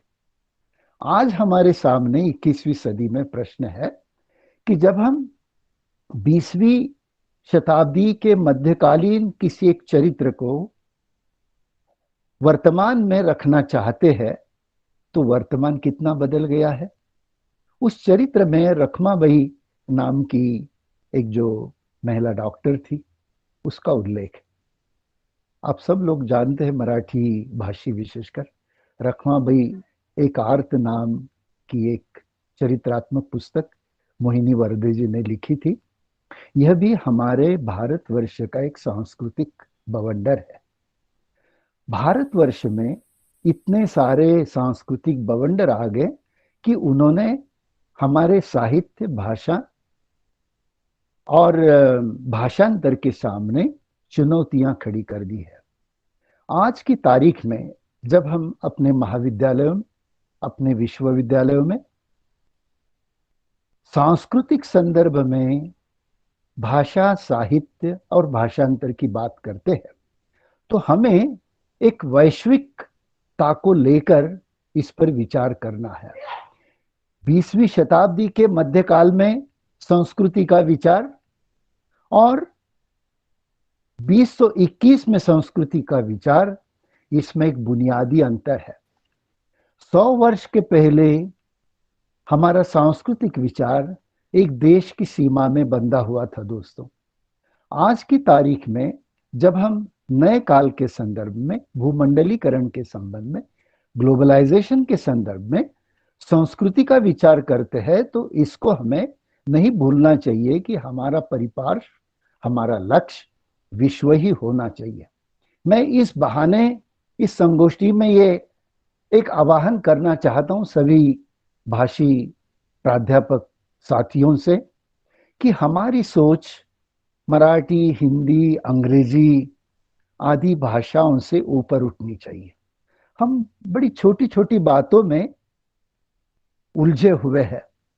मराठी के प्राध्यापक न हिंदी पढ़ते हैं, न हिंदी के प्राध्यापक मराठी पढ़ते हैं। अंग्रेजी तो वो ऑक्सफोर्ड से आते हैं, तो उन्हें मराठी हिंदी की झाड़ की पत्ती लगती है, वो उसका कोई विचार नहीं करते। मैंने 4-5 साल के पहले दोस्तों एक पुस्तक लिखी थी, भारतीय भाषा और साहित्य। ये मेरी पुस्तक जो है ना, इस पुस्तक की विशेषता यह है कि ये पुस्तक पूरा भारतवर्ष हमारे सामने रखती है। अभी डॉक्टर शिवाजी सलगर जी ने हमारे संविधान के 8वें परिशिष्ट में 22 भाषाओं के होने की बात कही थी। भाषिक अध्यापकों को या संस्कृति के संदर्भ में भाषिक विचार को सिर्फ भारतीय 22 भाषाओं के संदर्भ में विचार नहीं करना चाहिए। आज की तारीख में हमारा नया छात्र वैश्विक बनता जा रहा है। मैं तो ऐसा मानता हूं कि भारतवर्ष जितना वैश्विक बन रहा है, उतना पहले वो कभी वैश्विक नहीं बना था। हमारे सामने बैठे हुए जो छात्र है, मैं आप सब क्षमा मांग कर ये समझाना चाहूंगा कि हमारे आज की तारीख में हमारे सामने बैठे छात्र ये टेम्भुर्णी में रहने वाले नहीं है, ये टोक्यो में जाने वाले हैं। हमारे सामने बैठा हुआ कोई छात्र वो लासल गांव में बैठने वाला नहीं है, वो लॉस एंजलिस में जाने वाला है। यह जो नया सांस्कृतिक परिदृश्य है हमारे सामने, विशेषकर भाषिक अध्यापकों को एक वैश्विक परिदृश्य में सांस्कृतिक मान्यताओं के संदर्भ में हमारे साहित्य, भाषा और भाषांतर का विचार करना चाहिए। भाषांतर माने सिर्फ शब्दों का भाषांतर नहीं होना चाहिए, वह समय बीत गया। पिछली शताब्दी में हमारे भाषांतरकार जब अनुवाद करते थे तो शब्द प्रमाण अनुवाद करते थे। आज की तारीख में अनुवाद उल्टा नहीं रहा है, वो कोई तर्जुमा नहीं रहा है, वो कोई प्रतिबिंब नहीं रहा है। आज की तारीख में अनुवाद ट्रांसक्रिएशन है, यानी पुनःसर्जन है। तो जब कोई अनुवादक, कोई लेखक पुनःसर्जन करता है, मैं फिर मराठी जैसे एक प्रादेशिक भाषा पर आता हूँ। हिंदी फिर भी एक राष्ट्रीय भाषा है, भले उसे राष्ट्रभाषा का ओहदा नहीं मिला, लेकिन भारतवर्ष में घूमते समय आप अनुभव करते होंगे कि हिंदी बोले बगैर आप दूसरों से संवाद नहीं रख सकते। कोई माने न माने, हिंदी भारतवर्ष की संवाद भाषा है। उसे आप राष्ट्रभाषा कहे न रखे कहे, उसे राजभाषा माने न माने, हिंदी हमारी संपर्क भाषा जरूर है। हर एक राष्ट्र की अपनी एक संपर्क भाषा होती है।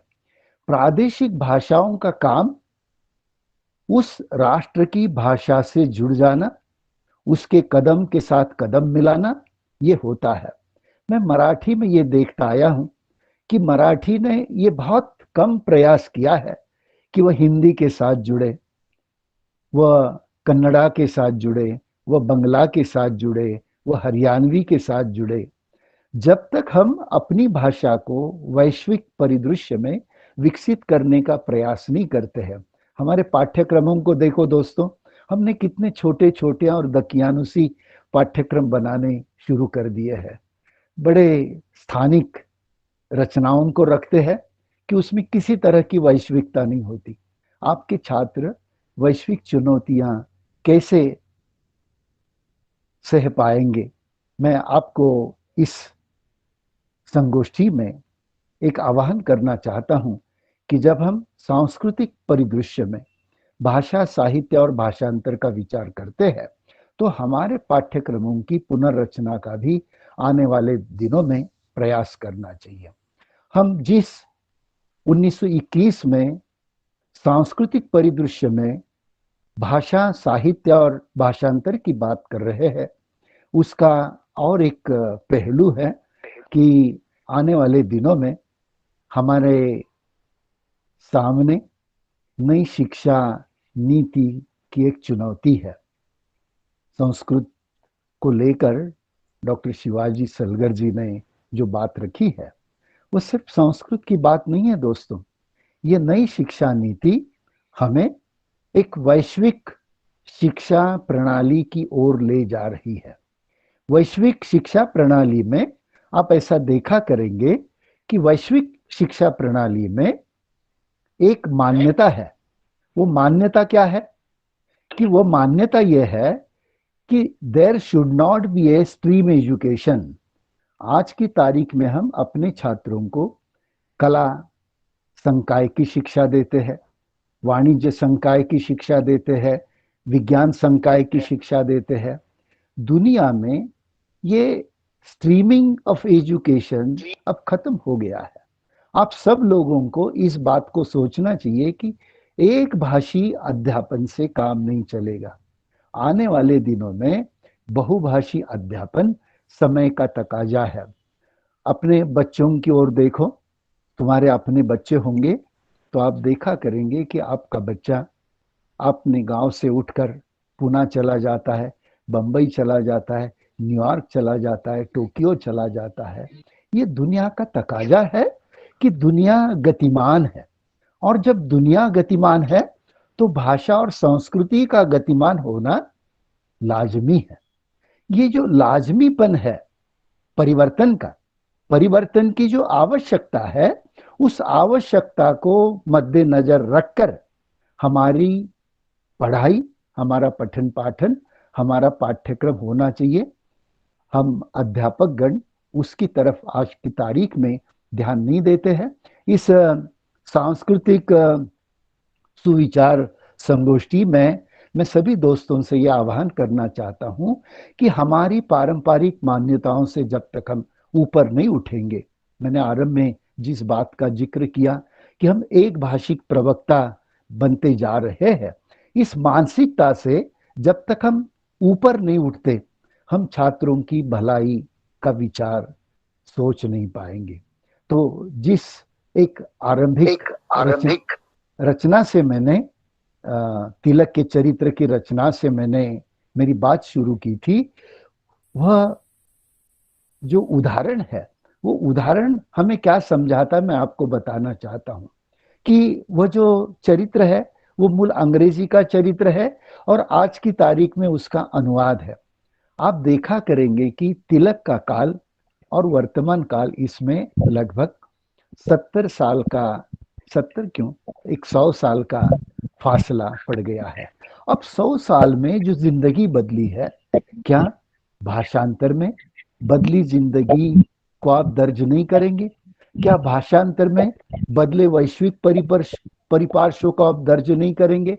क्या पाठांतर में 100 वर्ष में बदले परिपार्श्व को लेकर अपने पाठ्यक्रम को नहीं बनाएंगे?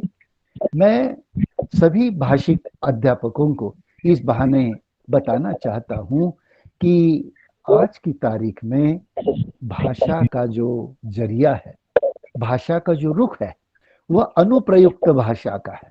अनुप्रयुक्त भाषा का मतलब कि जीवन लक्षी भाषा का पठन पाठन भाषिक अपने छात्रों को नहीं देंगे, तब तक हम भाषा में रोजगार की संभावनाओं को निर्माण नहीं कर सकते हैं। संस्कृति दोस्तों बेरोजगारों की नहीं होती। संस्कृति का विकास, उसकी बुनियाद रोजगार है, इसको हमें नहीं भूलना चाहिए। आज की तारीख में फिर मैं महाराष्ट्र की ओर आना चाहूंगा। महाराष्ट्र की मानसिकता नौकरीशुदा है। हम सभी अध्यापकों प्राध्यापकों को सोचना चाहिए कि आने वाले दिनों में, विशेषकर ये जो संगणक की क्रांति, सूचना और संपर्क की क्रांति आ रही है, इस क्रांति में दोस्तों नौकरी कम होती जा रही है। नौकरी की संभावनाएं बहुत कम होती जा रही है। हमारे छात्रों को हमें इस तरीके से तत्पर बनाना चाहिए कि क्या वह अच्छा अनुवादक बन सकता है, वह अच्छा पत्रकार बन सकता है, वह अच्छा वक्ता बन सकता है, वह अच्छा संपादक बन सकता है। ये सांस्कृतिक चुनौतियां जो है भाषा और साहित्य के सामने, इसको लेकर हमें सोचना चाहिए। अन्यथा ये अंतर्राष्ट्रीय संगोष्ठी बस एक उपक्रम बनकर रहेगा। मैं सारे दोस्तों को बताना चाहता हूं कि हमारी सारी सोच हमारे नौकरी से परे हमारे छात्रों के भविष्य की ओर होनी चाहिए। जब तक हम छात्रों के भविष्य की सोचेंगे नहीं, तब तक हमारा भविष्य उज्जवल नहीं होगा। मैं दोस्तों आपको बताना चाहूंगा कि कोई भी देश, उसकी सांस्कृतिक समृद्धि, जब तक आप समकाल से संवाद नहीं जोड़ते, जब आप समकाल से कदम ताल नहीं करते, संस्कृति बेकार होती है। जिन संस्कृतियों ने समय के साथ कदम मिलाना इनकार कर दिया था, वह सारी संस्कृतियां दोस्तों समय के साथ चल बसी है। क्या सिंधु संस्कृति, क्या बेबीलोन संस्कृति, क्या रोमन संस्कृति, क्या ग्रीक संस्कृति, सारी संस्कृतियां धाराशायी बनी।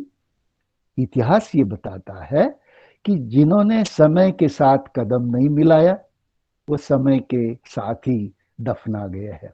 यदि हम 21वीं सदी की चुनौतियों को कबूल कर, अपने छात्रों के भविष्य की चिंता कर, अपने इस पाठ्यक्रम को समय के साथ नहीं जोड़ेंगे, संस्कृति के साथ, जीने के साथ, संस्कृति की बात भी छोड़ दो दोस्तों, जीने के साथ जब तक हमारा व्यवहार जुड़ नहीं जाता, हमारे छात्रों का भविष्य उज्जवल नहीं होगा। छात्रों की प्रतिबद्धता को ध्यान में लेकर मैं सभी दोस्तों से ये निवेदन करना चाहूँगा कि हम अपनी भाषा, साहित्य और भाषांतर की बातों को यदि सही माने में उस पर विचार करना चाहते हैं तो ये एक उसका फ्रेम है। इस फ्रेम के अंदर हमें आने वाले दिनों में सोचना चाहिए। बहुत बहुत धन्यवाद। नमस्कार।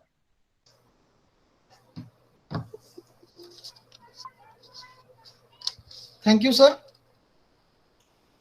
Thank you, sir, for your intellectual discourse. You have really enlightened our participants.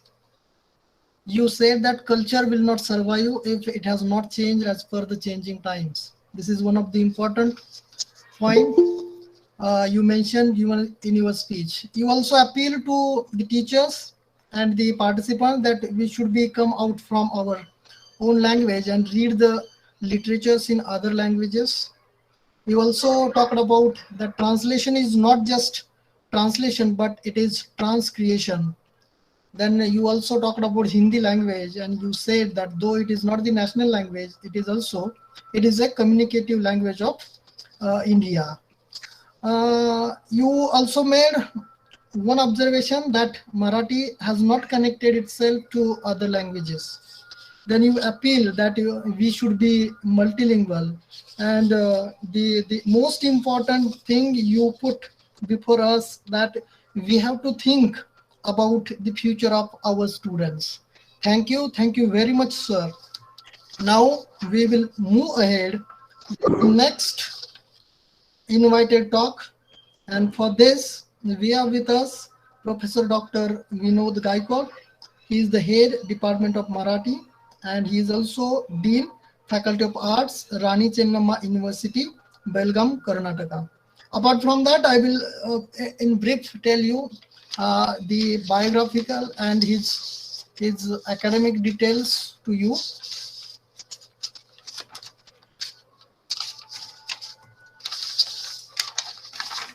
Sir is also one of the great literary figure in Marathi literature.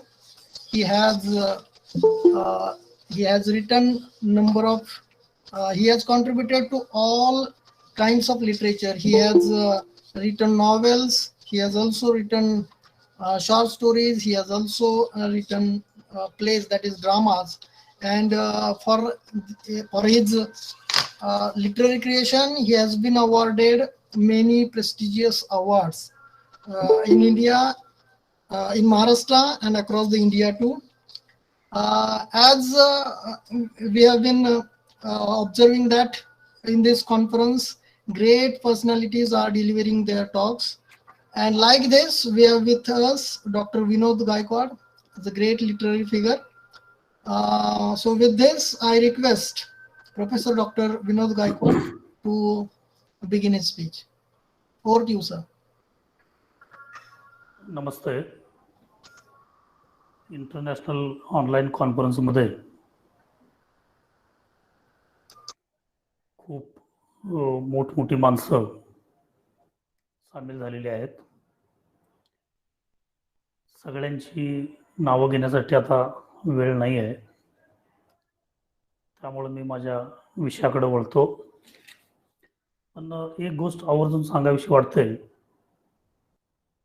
की टेंभुर्णीसारख्या एका छोट्या गावामधून संपूर्ण जगाला गवसणी घालणारं असं एक चर्चासत्र, एक कॉन्फरन्स इथं घेतलं जातं आणि ही खूप अभिमानाची गोष्ट वाटते. माझे मित्र प्राचार्य महेंद्र कदम सर, अगदी ते जेव्हा MA करत होते त्यावेळेला मी MPhil करत होतो, तिथून मी त्यांना बघतो आहे. अतिशय नव्या नव्या विचारानं प्रेरित झालेला हा तरुण, आणि अगदी तरुण वयामध्येच त्यांना प्राचार्याचं पदही मिळालं. एखादा सृजनशील मनुष्य, कलावंत, प्रतिभावंत जेव्हा अशा खुर्चीवरती बसतो तेव्हा ती खुर्ची लाकडाची असली तरी तिला पालवी फुटत असते. त्यामुळं हा विषय इतका व्यापक असा विषय त्यांनी चर्चेसाठी ठेवलेला आहे आणि ही चर्चा देशभर जगभर अशी ती घडवून आणत आहेत. यामध्ये भाषा, साहित्य, भाषांतर हे तिन्ही संस्कृतीचेच घटक आहेत. आत्ताच सरांनी खूप चांगलं असं हिंदीमधून विवेचन आपलं केलं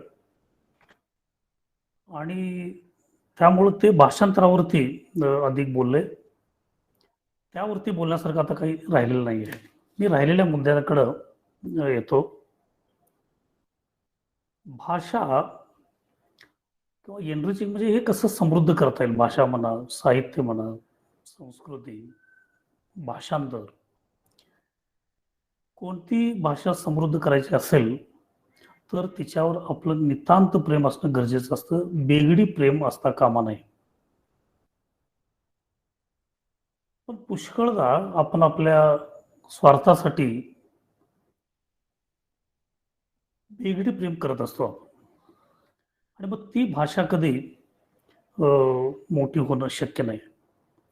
अनेक जण काही भाषांचा आग्रह करतात, आग्रह धरतात आणि त्या भाषेच्या संदर्भात ते काहीच करत नाही. ज्या वेळेला वेळ येते त्यावेळेला करणं गरजेचं असतं, ते काही करत नाही. अगदी जागतिक मराठी भाषा संमेलनामध्ये इंग्रजी भाषण सुद्धा आपण ऐकले.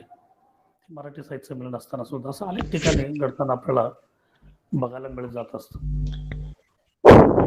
इथं भाषा समृद्धीसाठी हे कसं निर्माण झालं असेल, मी त्यावेळेला विचार करतो त्यावेळेला एक गोष्ट लक्षात येते की कॅन्टियस माकड जे आहे त्याच्यापासून मानवाची निर्मिती झाली असं शास्त्रज्ञ म्हणतात. हे कॅन्टियस माकड कुठलं तरी एक त्यातलं 4 पायावर न चालता एखादा क्षण असा आला की 2 पायावरती ते उभं राहिलं आणि पुढच्या 2 पायांचं हातामध्ये रूपांतर झालं. हा क्रांतीचा क्षण होता. ती बोट ती विलग झाली त्याची, त्याला फळं फांद्या पकडता यायला लागल्या की त्याची ती उत्क्रांती होती. हळूहळू जी घडते ते आपण ते म्हणतो. पण हा सगळा बदल त्याला इतका आवडला असला त्यावेळेला त्यानं जे आनंदाचे चित्कार काढले असतील, उद्गार काढले असतील, तेव्हा भाषेचा जन्म झाला असेल. आणि हा सगळा प्रवास, हा सगळा इतिहास म्हणजे एक शारीरिक बदलाबरोबर, परिवर्तनाबरोबर मानसिक बौद्धिक विकास सुद्धा होत असतो. आणि कुठंतरी त्याच्या मनामध्ये एक असं आलं असेल, एक अंतःप्रेरणा झाली असेल की हे सगळं आपण लिहायला पाहिजे. आणि त्या भाषेचे जे ध्वनी होते त्या ध्वनींना त्यानं चिन्ह दिले असतील आणि मग साहित्य निर्मितीला सुरुवात झाली असेल.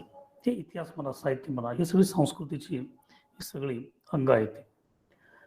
गर्भकोशातूनच बाळावर मातृभाषेचे संस्कार होतात असं आपण नेहमी ऐकतो. ते खरंही आहे. आईची जी भाषा असते ती बाळाची भाषा असते आणि ते गर्भातच ती भाषा ते शिकायला लागतं. त्याच्यावर जे संस्कार होतात मांसातून, रक्तातून, मानसिकतेतून, ते सगळे त्या आईच्या भाषेतूनच होत असतात. बाळ जन्माला आल्यानंतर आई त्याला खेळवत असते 2 हातावरती घेऊन, जरासं मोठं झालं की ते, आणि आपल्या तोंडामध्ये जीभ घोळवून ती विविध ध्वनी काढत असते. हा खरं तर पहिला ध्वनी सिद्धांत आहे असं मला वाटतं.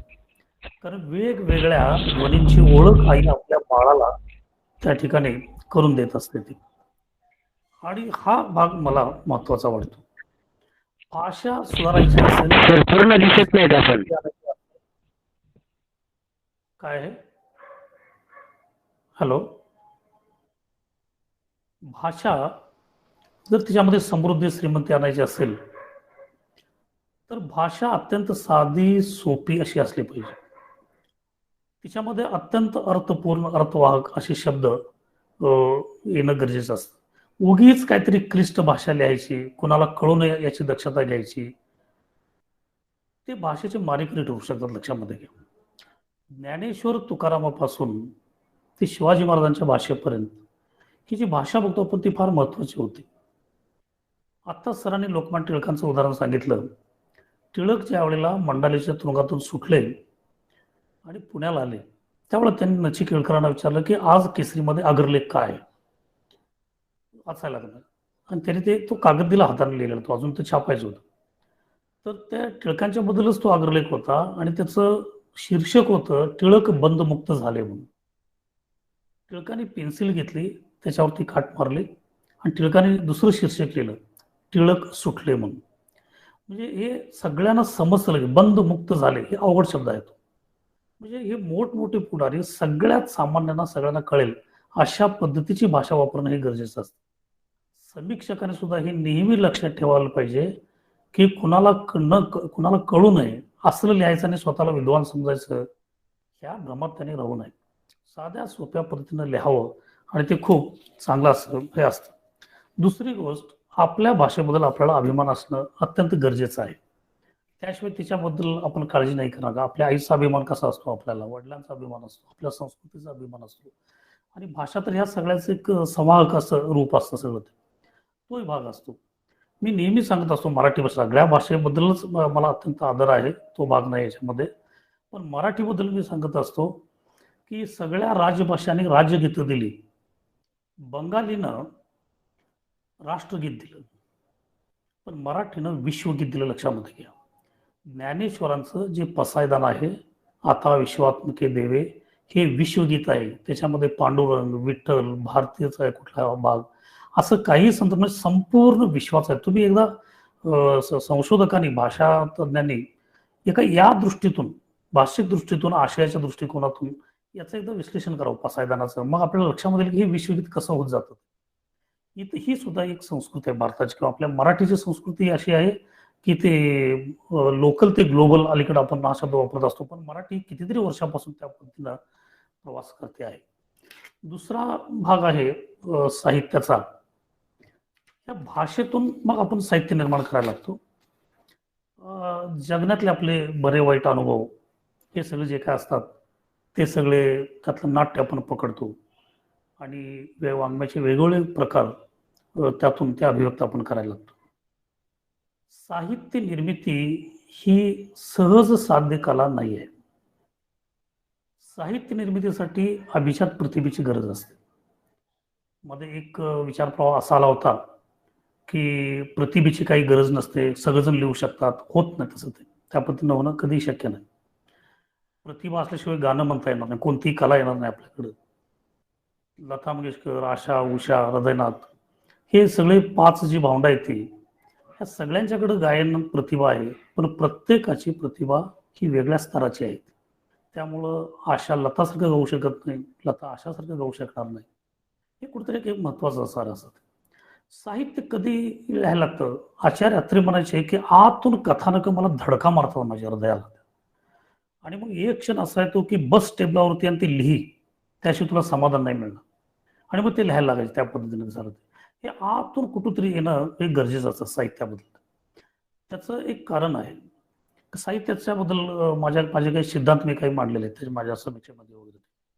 काय आहे, सुखाचा त्याग, दुःखाचा भोग, विसंगतीचा योग खऱ्या प्रतिभेला जाग आणत असतात. सुखाचा त्याग म्हणतो मी आपल्याला. आनंदाचे 10 दरवाजे बंद केल्याशिवाय तुम्हाला कोणतीही साहित्य कृती तयार करता येणार नाही, कोणतीही कलाकृती तुम्हाला निर्माण करता नाही येणार. मी सुखात लोळणारी, मी सगळी व्यसनही करणार, मी TV बघणार, मग लिहिणार कधी? किंवा कला निर्मिती, चित्रकार असो, तो चित्र कधी काढणार? सगळ्या याच्यामध्ये हे सर्वसामान्य माणूस ज्या आनंदाला मोहित होत असतो, ते सगळे आनंदाचे दरवाजे कलावंताला ते बंद करावे लागतात. म्हणून त्याला मी सुखाचा त्याग असं म्हणतो. दुःखाचा भोग, आपल्यामध्ये बुद्धापासून तुकारामापर्यंत आपण बघतो की दुःख प्रचंड आहे आपल्या आयुष्यामध्ये, आणि आपलाही अनुभव तोच असतो. त्यामुळं त्याचा तो स्वीकार करावा लागेल, एकदा बघावं लागेल. दुःख समोर आपल्या उभं करून त्याचा चेहरा आपल्याला न्याहाळावा लागेल आणि त्याचा स्वीकार करावा लागेल. तुम्ही टाळू नाही शकणार. शहामृगी वाळूत तोंड खुपसून बसतं तसं आपल्याला दुःखापासून नाही करता येणार, मग तुम्ही साहित्य कधी होणं शक्य नाही. याच्यामध्ये विसंगतीचा योग, विसंगतीचा योग असं का म्हणतो नाही, कारण जीवनामध्ये जीवन हे विसंगतीनं भरलं आहे. विसंगती हा जीवनाचा स्वभाव आहे, सुसंगती हा जीवनाचा स्वभाव नाही आहे.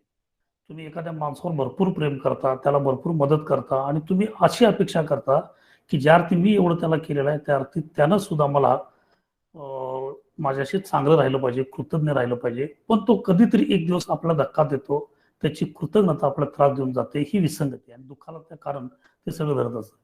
ह्या सगळ्या अनुभवातून ज्या वेळेला एखादा प्रतिभावंताचा प्रवास होत असतो त्यावेळेला त्याची प्रतिभा ती जागी व्हायला लागते. व्यासाला हाच प्रकार होता. वाल्मिकीला त्याच्या दुःखाची वाटेकरी कुणीच नाही, ना मुलं, ना आई बाप, आणि जी अर्धांगिनी म्हणतो ती सुद्धा नाही, त्याला धक्का बसतो. ही विसंगती सगळी त्याच्या भोवतीनं ती यायला लागते सारी असते. म्हणून सुखाचा त्याग, दुःखाचा भोग, विसंगतीचा योग हे खऱ्या प्रतिभेला जाग आणत असतात.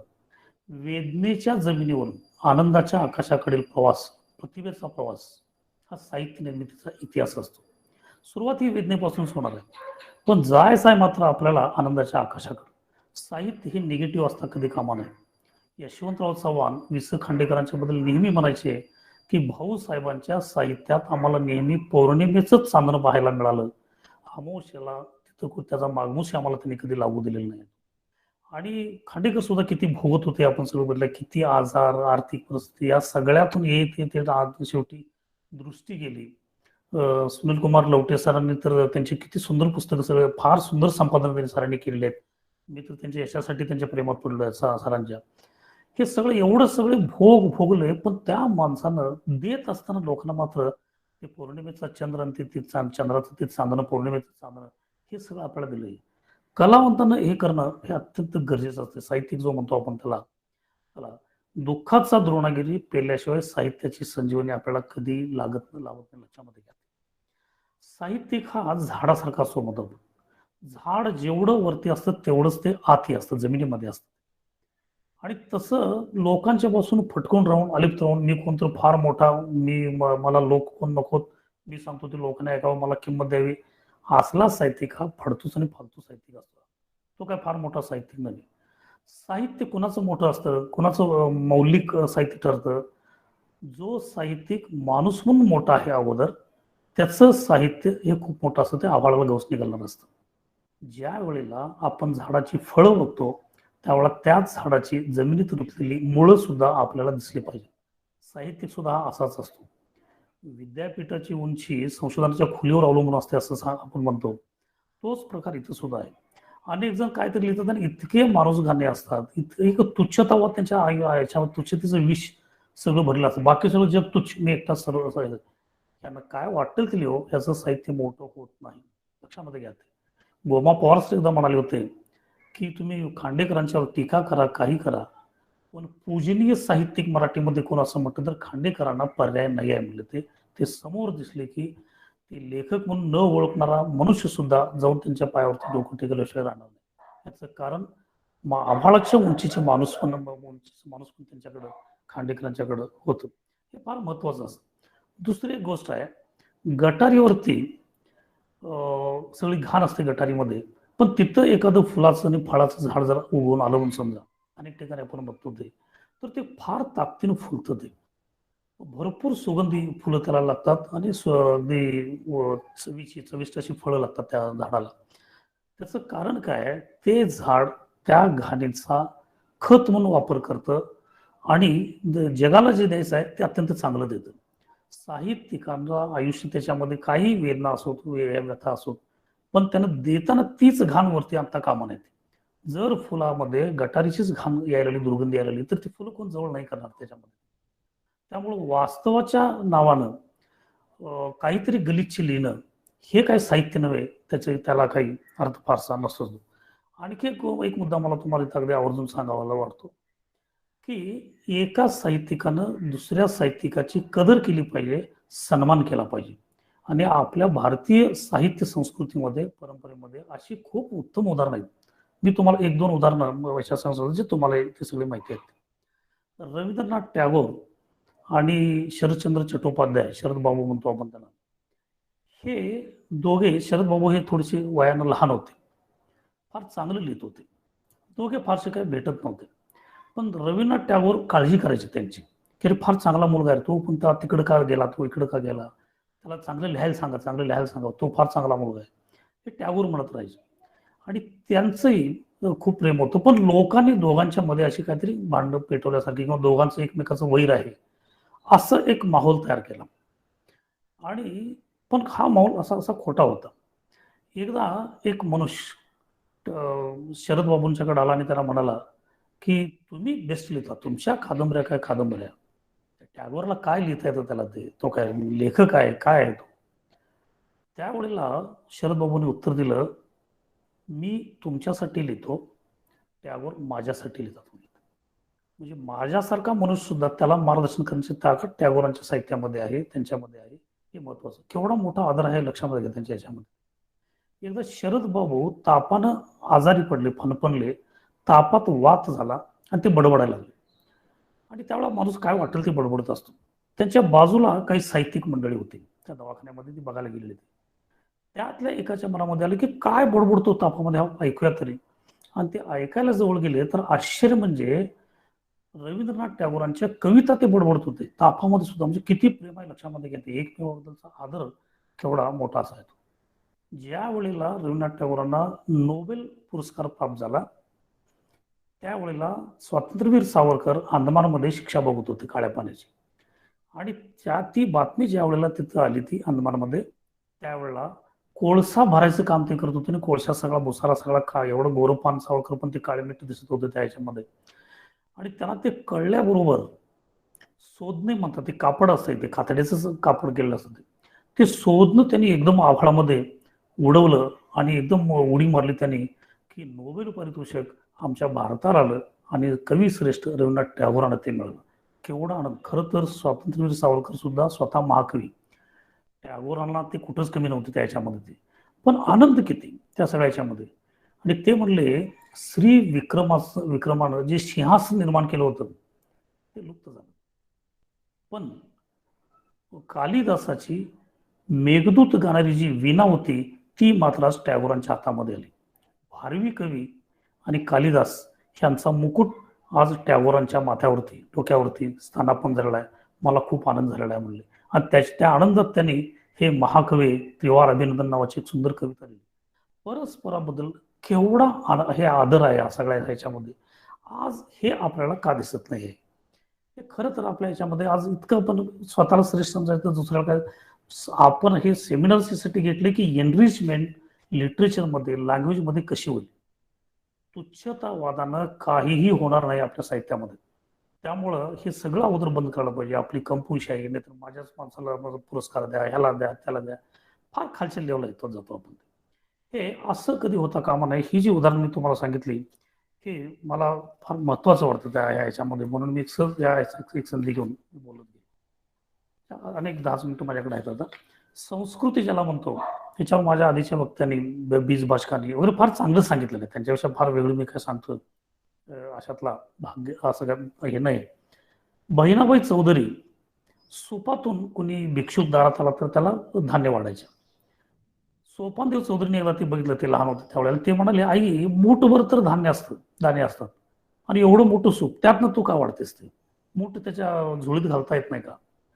तर बहिणाबाई चौधरी म्हणाल्या, अरे आपल्याकडे जास्त धान्य नाही आहे, मूठभर धान्य दे, पण धान्यापेक्षा देणाऱ्याचं हृदय ते सुपा एवढं असावं म्हणाले.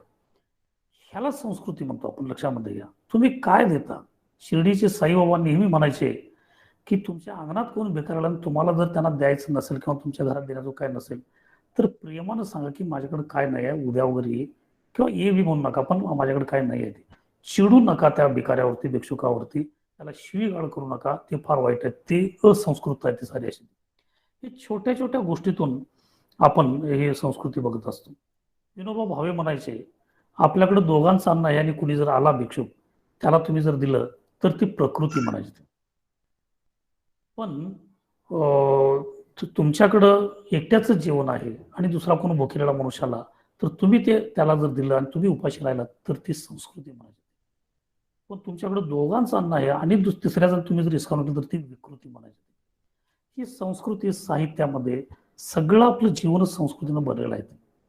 अगदी आणि प्राण्यामध्ये आणि माणसामध्ये ह्या संस्कृतीचाच थोडासा फरक आहे. माझं विद्यापीठ हे जंगलामध्ये आहे आणि दुपारी मी जेवायला बसतो त्यावेळेला माकडे येतात तिथं. पण एखादं पहिला जर आलं तर त्याला किती भाकरी दिल्या तरी ते तोंडात इकडं तिकडं गालात सगळं भरतं, पण दुसऱ्या कोणाला द्यावं ही त्याची इच्छा नाही. ह्याला पशुवृत्ती म्हणतो आपण. माणूस मात्र सगळ्यांना वाटून खाईल, ह्याला आपण संस्कृती म्हणत असतो. हे फार महत्वाचे असते. एक उदाहरण मला आठवतं. छत्रपती शिवाजी महाराज आग्र्याहून निसटले आणि जंगलातून याच्यातून वगैरे येत असताना याच्यामध्ये एक कथा सापडते. येत असताना एका घनदाट जंगलामध्ये एकच घर होतं आणि एक मंदिर होतं छोटस दूर अंतरावरती. त्या मंदिरात ते बसले होते. ते जे घर होतं त्या घरामध्ये एक सून, तिचा सासरा आणि तिचा पती हे तिघेच राहत होते, आणखी कोणी नव्हते. सासरा जो होता तो त्या मंदिराकडे आला. शिवाजी महाराजांची ती वेशभूषा सगळी साधूजी वगैरे होती, पण त्यानं शिवाजी महाराजांना ओळखलं. ती धारदार नजर, ती एकूणच सगळं ते जसं व्यक्तिमत्व त्यानं ओळखलं आणि तो दर्शन घेतल्यासारखं करून घरी आला आणि त्यानं आपल्या मुलाला सांगितलं की अरे या मंदिरात शिवाजीराजे आलेले आहेत, तू घोडा काढ आणि जा तिकडं ते औरंगजेबाकडं आणि पट दिशी सांग त्यांना की इथे जे महाराज आहेत, कारण भरपूर बक्षीस ते लावलं होतं त्यावेळेला. त्या मुलानंही घोडा काढला, तो निघून गेला. हे सगळं ती सून ऐकत होती. आणि सून म्हणजे लहान वयात लग्न व्हायचं तेव्हा ती म्हणजे 12-13 वर्षाची मुलगी असेल. ती लगेच बाहेर जायच्या निमित्तानं मंदिरामध्ये आली. तिनं महाराजांचं दर्शन घेतलं. ती म्हणली, महाराज तुम्हाला माझ्या सासऱ्यानं ओळखलेलं आहे, शत्रूच्या सैन्याला बोलावला, माझा नवरा तिकडे गेलेला आहे, तुम्ही लवकर इथून निघून जा. शिवाजी महाराजांच्या डोळ्यामध्ये पाणी आलं. ते म्हणले, बाळ तू काय धोका पत्करतोस, लक्षात येतं तुझ्या, मी लगेच निसटतो आता, मग तू माझी काळजी करू नको, पण तुझं काय, कारण ते येतील तेवढा मी इथं नसणार, त्यामुळे चिडून तुझ्या नवऱ्याला ते संपवतील, तुझं कपाळीचं कुंकू पुसलं जाईल. त्यामुळे ती मुलगी जे उत्तर देते ते फार महत्वाचं उत्तर आहे. ते ती मुलगी म्हणते, एका कपाळावरचं कुंकू पुसलं तरी चालेल महाराज, तुम्ही जर जिवंत राहिलात ना तर लाखो कपाळीवरचं कुंकू सूर्यासारखं ते चमकेल, त्यासाठी तुम्ही जिवंत राहणं गरजेचं आहे. आणि महाराज डोळे पुसत तिथून निघाले असं वर्णन केलेलं आहे. ते ह्याला संस्कृती म्हणतात. आणि पुरुषाच्या तुलनेमध्ये स्त्रियामध्ये संस्कृती अधिक असते असं माझंही मत आहे आणि अनेकांचं ते तुमचं जो अनेकांचं ते मत असू शकेल. कारण ती सगळे सण व्रत वगैरे आपण म्हणतो ती म्हणजे संस्कृती असं नव्हे, पण ती त्यागाला तयार असते, जशी ही मुलगी हे बघतो याच्यामध्ये. आता शेवटचा एक मुद्दा आपला राहिला तो भाषांतराचा. आणि सरांनी, लवटे सरांनी भाषांतरावरती अगदी सविस्तर असं सगळं सांगितलेलं आहे. माझ्या ज्या कादंबऱ्या आहेत त्यातल्या 1-2 युगांत, साई, युगारंभ, ह्या काही कादंबऱ्यांची 6 भाषांमध्ये भाषांतर झालेले आहेत. इंग्रजी, हिंदी, तमिळ, कोकणी, कन्नड, हिंदी अशा ह्या वेगळ्या, गुजरातीमध्ये 6 भाषांमध्ये भाषांतर ते झालेले आहेत. माझे काही ते वेगवेगळे अनुभव आहेत. खरं तर भाषांतर म्हणजे 2 संस्कृती जोडण्याचाच तो एक सुंदर असा उपाय आहे. 2 भाषावरती जर आपण प्रभुत्व मिळवलं, एक आपली भाषा आणि आणखी एक कोणती तरी भाषा, तर आपल्याला उपजीविकेचं साधन सुद्धा प्राप्त होतं. सेंट्रल गव्हर्नमेंटमध्ये, स्टेट गव्हर्नमेंटमध्ये, वर्तमानपत्रामध्ये, टीव्हीमध्ये भाषांतरकाराच्या जागा नेहमी रिकाम्या, ते लक्षामध्ये घ्या. विद्यार्थी जे आपल्या ह्याच्यामध्ये सहभागी असतील त्या सगळ्यांना माझी विनंती आहे की चांगला अभ्यास करा आणि चांगलं प्रभुत्व 2 भाषेवरती तुम्हाला येऊ द्या. आणि समजा एका भाषेवर ते तुमचं थोडंसं हे असेल, प्रभुत्व असेल, तर ज्याचं प्रभुत्व आहे तसला एखादा घेऊन त्याची मदत घेऊन सुद्धा तुम्ही भाषांतराचं काम करू शकाल. साहित्य अकादमीची पुस्तकं भाषांतरित करत असताना सुद्धा भरपूर पैसा मिळून जातो. म्हणजे पैसे मिळवण्यासाठी नव्हे तर 2 संस्कृती मिळवून देण्यासाठी, एक अनुभव संपन्नता आपल्यामध्ये येण्यासाठी हे फार गरजेचं असतं सगळ्यासाठी. हा एक भाग याच्यामध्ये आहे. एक मला मुद्दा याच्या भाषांतराच्या बाबतीमध्ये सांगावा वाटतो की reading between the lines is teaching असं म्हणतात. वर्गात आपण जे शिकवतो विद्यार्थ्यांना, लाईन्स ज्या असतात, अरे वाक्य जे आहेत ते कोणी वाचून शिकेल, पण एक वाक्य संपल्यानंतर दुसरं सुरू होण्यापूर्वी मध्ये जी काही जागा असते, गॅप असते, पोकळी असते, त्यातला आशय सांगणं ह्याला टीचिंग म्हणतात, शिकवणं म्हणतात. भाषांतरामध्ये सुद्धा तो स्पेस त्या अर्थासह येणं गरजेचं असतं. समग्र साहित्य कृतीच्या मागं लेखकाचं व्यक्तिमत्व सुद्धा अदृश्य रूपामध्ये सतत असतं.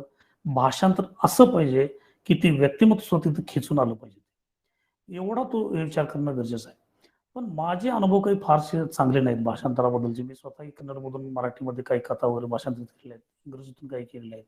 मैथिली शरण गुप्तांचं ते रामावरचं जे त्यांचं हे पुस्तक, ते मी कॉलेजला असताना संपूर्णपणे एका रामनवमीला भाषांतरित केलं होतं मराठीमध्ये, हिंदीतलं ते. पण कसं घडत जातं तुम्हाला एक गंमत म्हणून मी सांगतो सर. असं ते माझी साई ही कादंबरी 500 पानांची आहे. कन्नड मधले एक अतिशय ज्यांना साहित्य अकादमीचा अनुवादाचा पुरस्कार मिळालेला आहे, त्यांनी तिचं भाषांतर केलं. किती पानात करावं ते? 500 पानाची कादंबरी कन्नडमध्ये फक्त 200 पानातच त्यांनी भाषांतर केलं. मी त्यांना विचारलं की सर हे असं कसं काय केलं तुम्ही, बाकीची 300 पानं कुठं गेली? ते म्हणाले मला की माझा देवावरती वगैरे त्या चमत्कारावरती वगैरे माझा विश्वास नाही आहे, मी नास्तिक आहे, पण मी ते सगळे वाघ गाळून साईबाबांचं जे तत्वज्ञान आहे ते तेवढंच मी अनुवादामध्ये आणलं. मी त्यांना विचारलं ही परवानगी तुम्हाला कोणी दिली? भाषांतरकाराला त्याचं नवं सर्जन तो करू शकतो, कारण मूळ लेखक लिहिताना अनेक गोष्टी त्याला सांगायच्या असतात, पण त्या अदृश्य रूपामध्ये कुठेतरी असतात, त्या सुद्धा भाषांतरकारांना हे कराव्यात. तिथं ते सर जे म्हणाले की नवीन क्रिएशन असतं ते तसं ते असू शकेल त्या पद्धतीनं, पण हे मूळ लेखकाला सोडून स्वतःच काहीतरी दामटणं हे एक न्यू क्रिएशन नव्हे, हे लक्षामध्ये घ्या. त्याला काही अर्थ नसतो. म्हणून तर पु ल देशपांड्यांचं जे ती फुलराणी नाटक आहे हे भाषांतर दृष्ट्या अत्यंत निकृष्ट दर्जाचं आहे असं मानलं जातं. ते कारण हे स्वतःच काय त्याच्यामध्ये घालून मूळ लेखक बर्नाडशॉ बाजूलाच ठेवला आणि हे पुलंच नाटक होऊन बसलं सगळं. असा प्रकार याच्या अनुवादामध्ये होता कामा नये.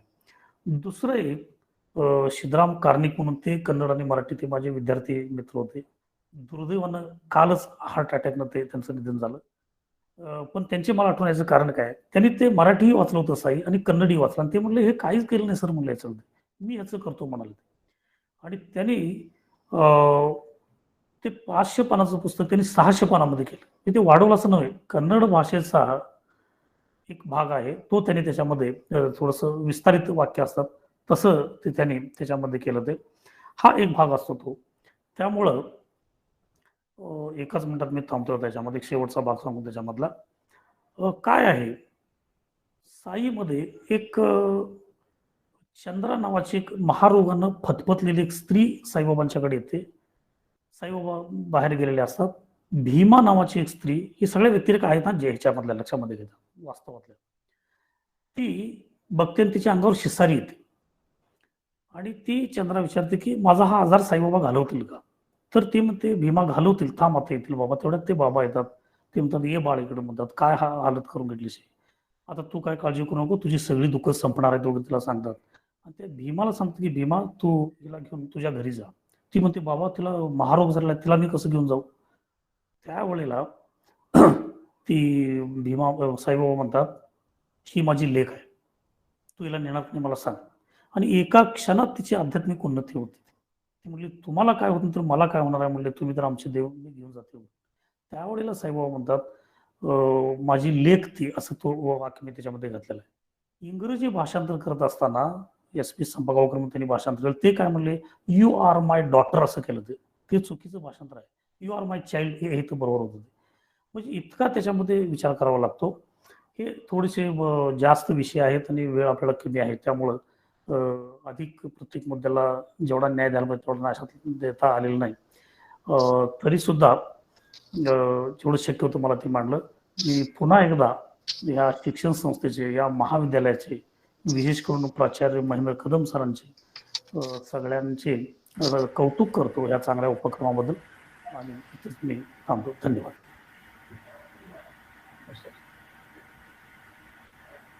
Thank you, sir, for your enlightening speech.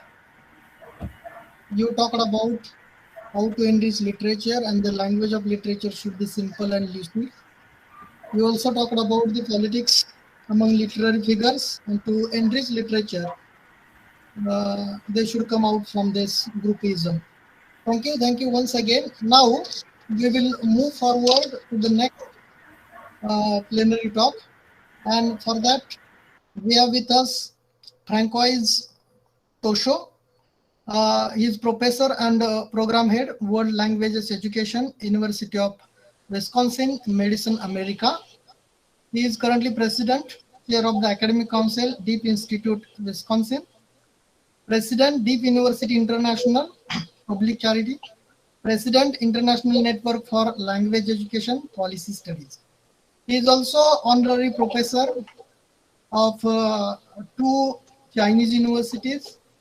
He has been given Excellence in Diversity Award by University of Wisconsin, Madison. He has completed PhD in two subjects, PhD in education and PhD in curriculum and instructions, that is applied linguistics.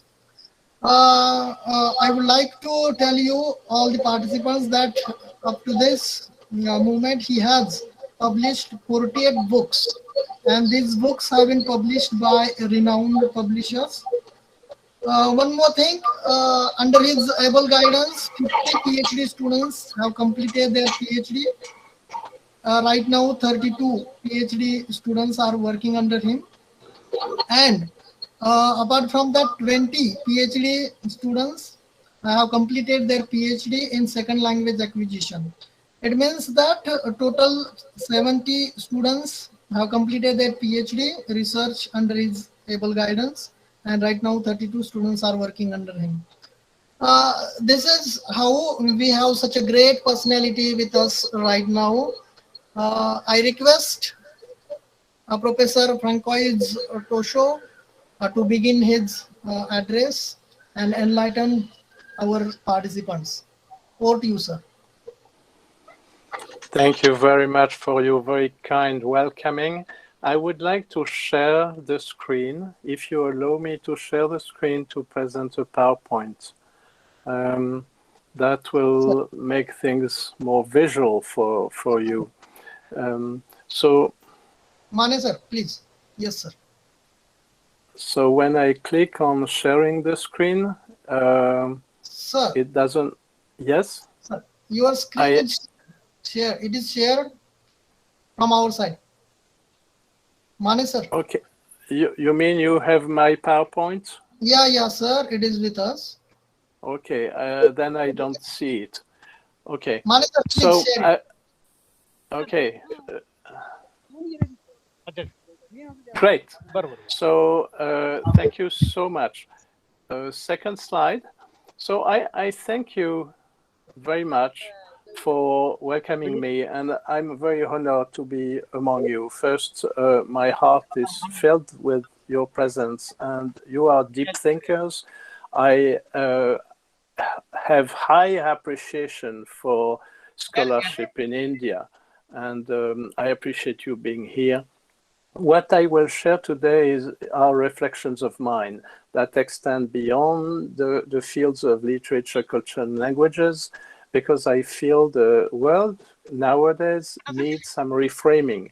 We are specialists of discourse, social discourses, narrative, literacies, and we should extend this knowledge and analysis to the understanding of what's happening in our society nowadays. So this expose right now will not be about controlled scholarly research, but it's about me speaking with you, to you and with you. So next slide, please.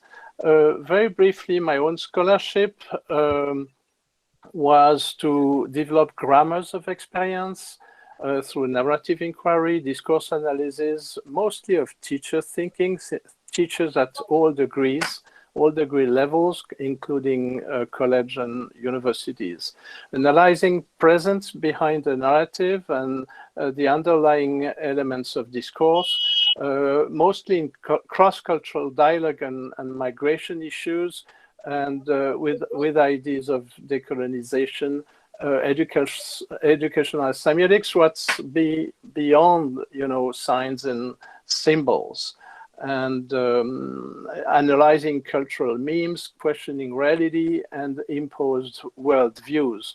So I used truth-telling as a tool to uncover the self, the foreign self, the concept of otherness, and understanding a deeper way of accessing to knowledge and awareness through a deep education.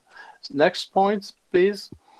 I would like to emphasize that access to culture implies translation in a world where fiction is the news and the news are fiction. If you want to understand what is really happening in the world and who is causing events, just watch fiction movies. Narratives were supposed to lie, now they tell the truth. And just an example in the next, maybe shut down your screen. Maybe if your mic is open, just check it. Literature is understood as the integration of cultural fiction. But see, when you see all scriptures like the Mahabharata, you see stories of nuclear mushrooms with nuclear winds and nuclear flash. You see tales about Vimanas, and you have the architecture of Vimanas and chariots of fire being now used by a space program as models for modern flying saucer and anti-gravitation. So might literature be only fiction? That's a big question. Next slide. If you want to learn fabricated narratives, watch the news. News have been intentionalized. They serve a purpose of domination. Who dominates the narrative dominates the world. Our policies are about scenarios, what symbols may move the masses. So my background is in language education policies, but even though those policies are limited to languages, language discourse are social, and then they frame the world and the narratives that we tell about what we are doing and why we should do it, and official discourses. So now the border between fiction and the fabricated stories that we are officially meant to believe on reality have become thinner. We are being programmed into storylines that make us manipulable. Justice has become lack of judgment, politics is about language, modern medicine is about social control, industrial profit, and genocide. Education has become profitable programming and indoctrination. So what about this currently within this cultural literacy? We may wonder, next slide, who is on top of this corruption? And you might say, if in this cultural literacy, somebody is on top of it, certainly not humans. Would we be so stupid to shoot ourselves in the foot? It is where reality becomes stranger than fiction. Next slide. Our social systems seem to have been taken over. We have become the slaves of technology and artificial intelligence. So my claim is that the reflection on decolonization should be at a higher level nowadays. Please think about it. Is artificial intelligence organizing our societies? Clearly, it is leading market economy and industry. The markets are directed by AI. As AI becomes self-sufficient, that's a big question nowadays. Human life is now directed by AI. Now it is entering our brains through nanobots. Nanobots are put in our brains through medical tests and vaccines. Next slide. So how is life with nanobots? It's what millions of people nowadays are living and are introduced to when their body can afford it. And sometimes the body rejects the nanobots. Nanobots may give us some power as our life data are collected in the cloud. We may soon communicate by thought with each other through that network without need for a phone.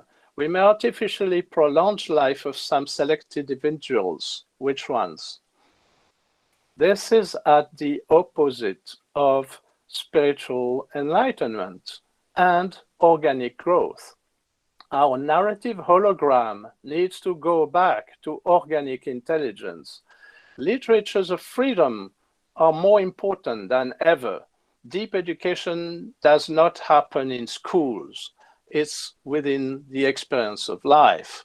And you see here the excerpt of a teacher contract in a state of the US. In 1923, the teacher had to agree, and the teacher was always a woman, had to agree not to get married, not to keep company with men, to be at home between the hours of 8 p.m. and 6 a.m., not to go to down-store ice cream stores, not to leave town at many times, not to smoke.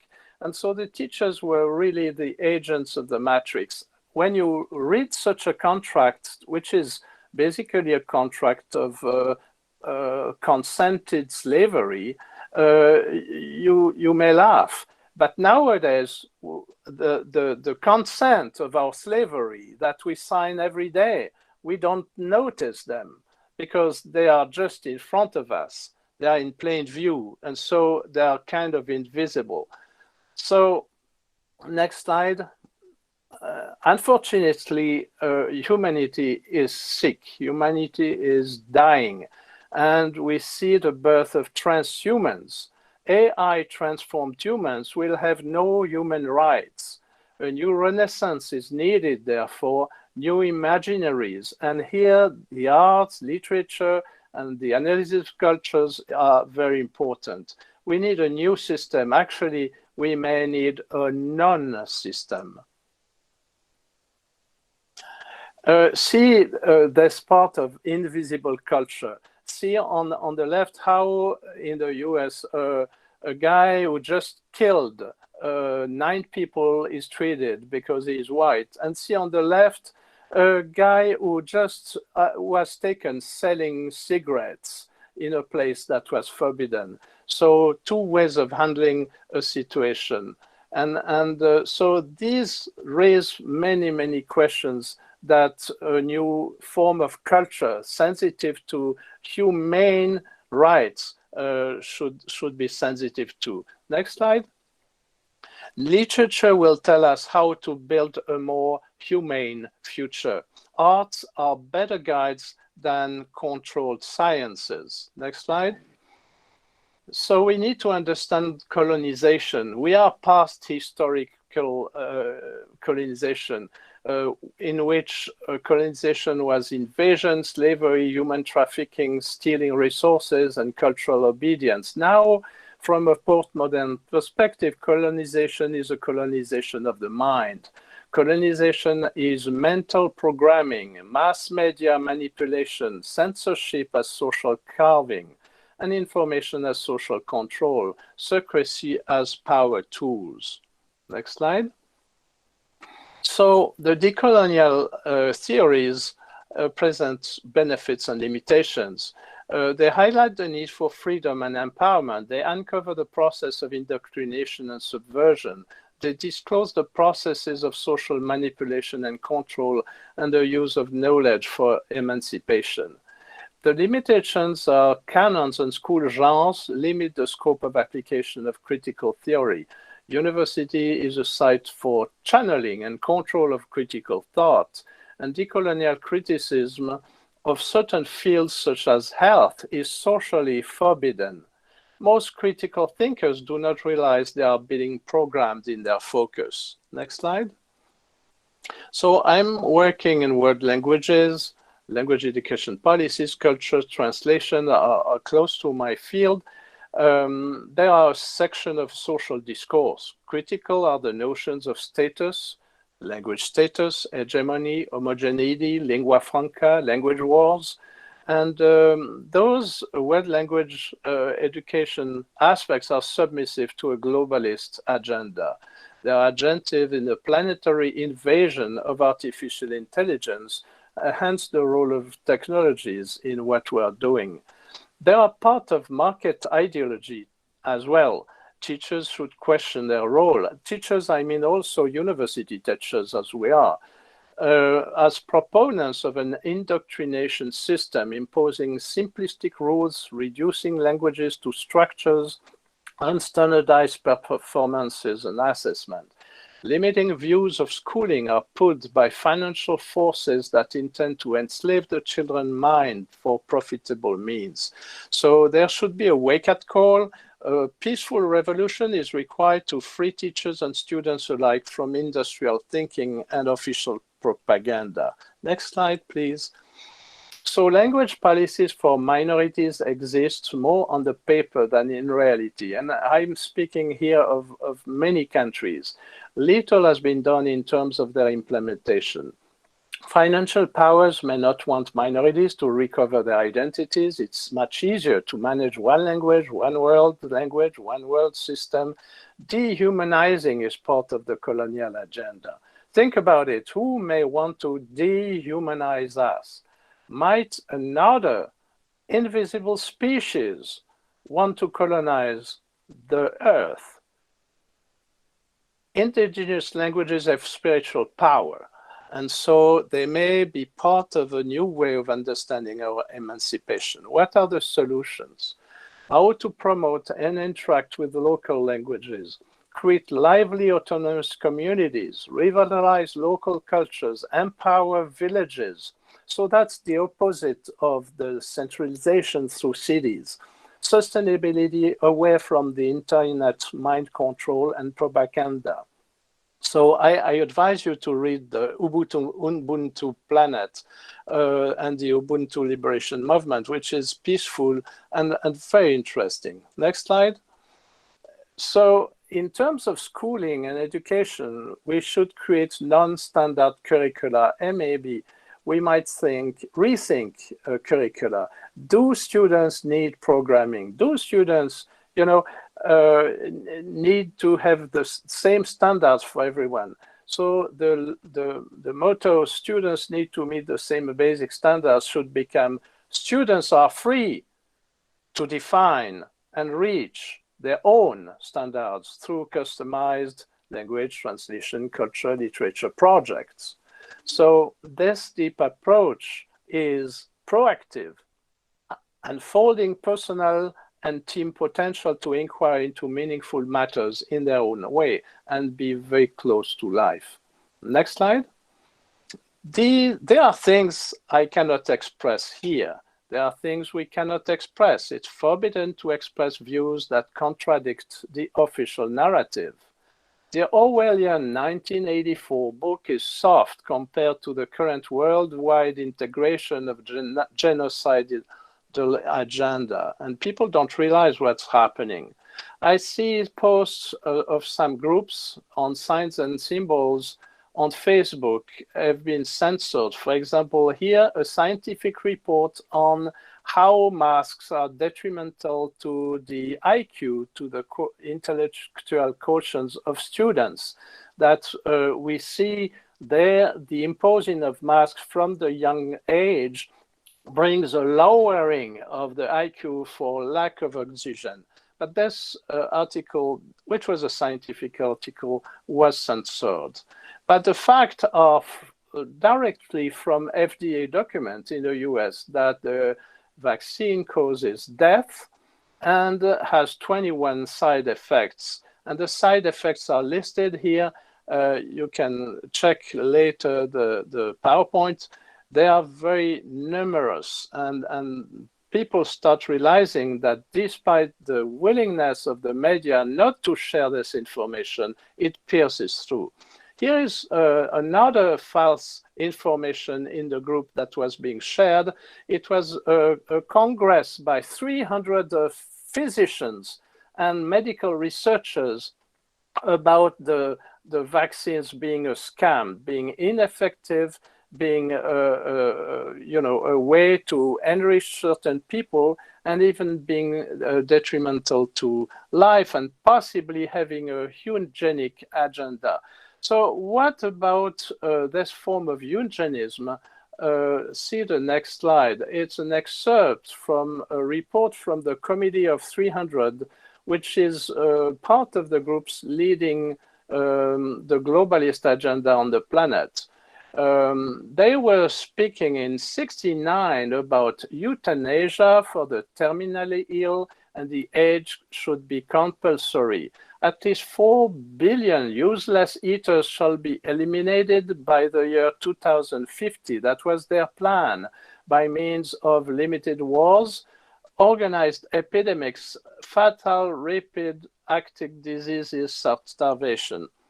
So now, next slide should be a warning. I think I have been here speaking about things that the technology didn't like. I told you about AI being an intelligent way of controlling what we are doing. So the warning is on the following slide about our decolonization from the New World Order discursive practices. And if you don't hear me, I don't see the slides. They don't go to me, but check the warning to medical practitioners, doctors, and nurses. You will be on trial for war crimes and held accountable because of placing experimental data and making a problem worldwide. So the last requirement is we should, you may want to check those two slides a little more if you didn't have time to read them.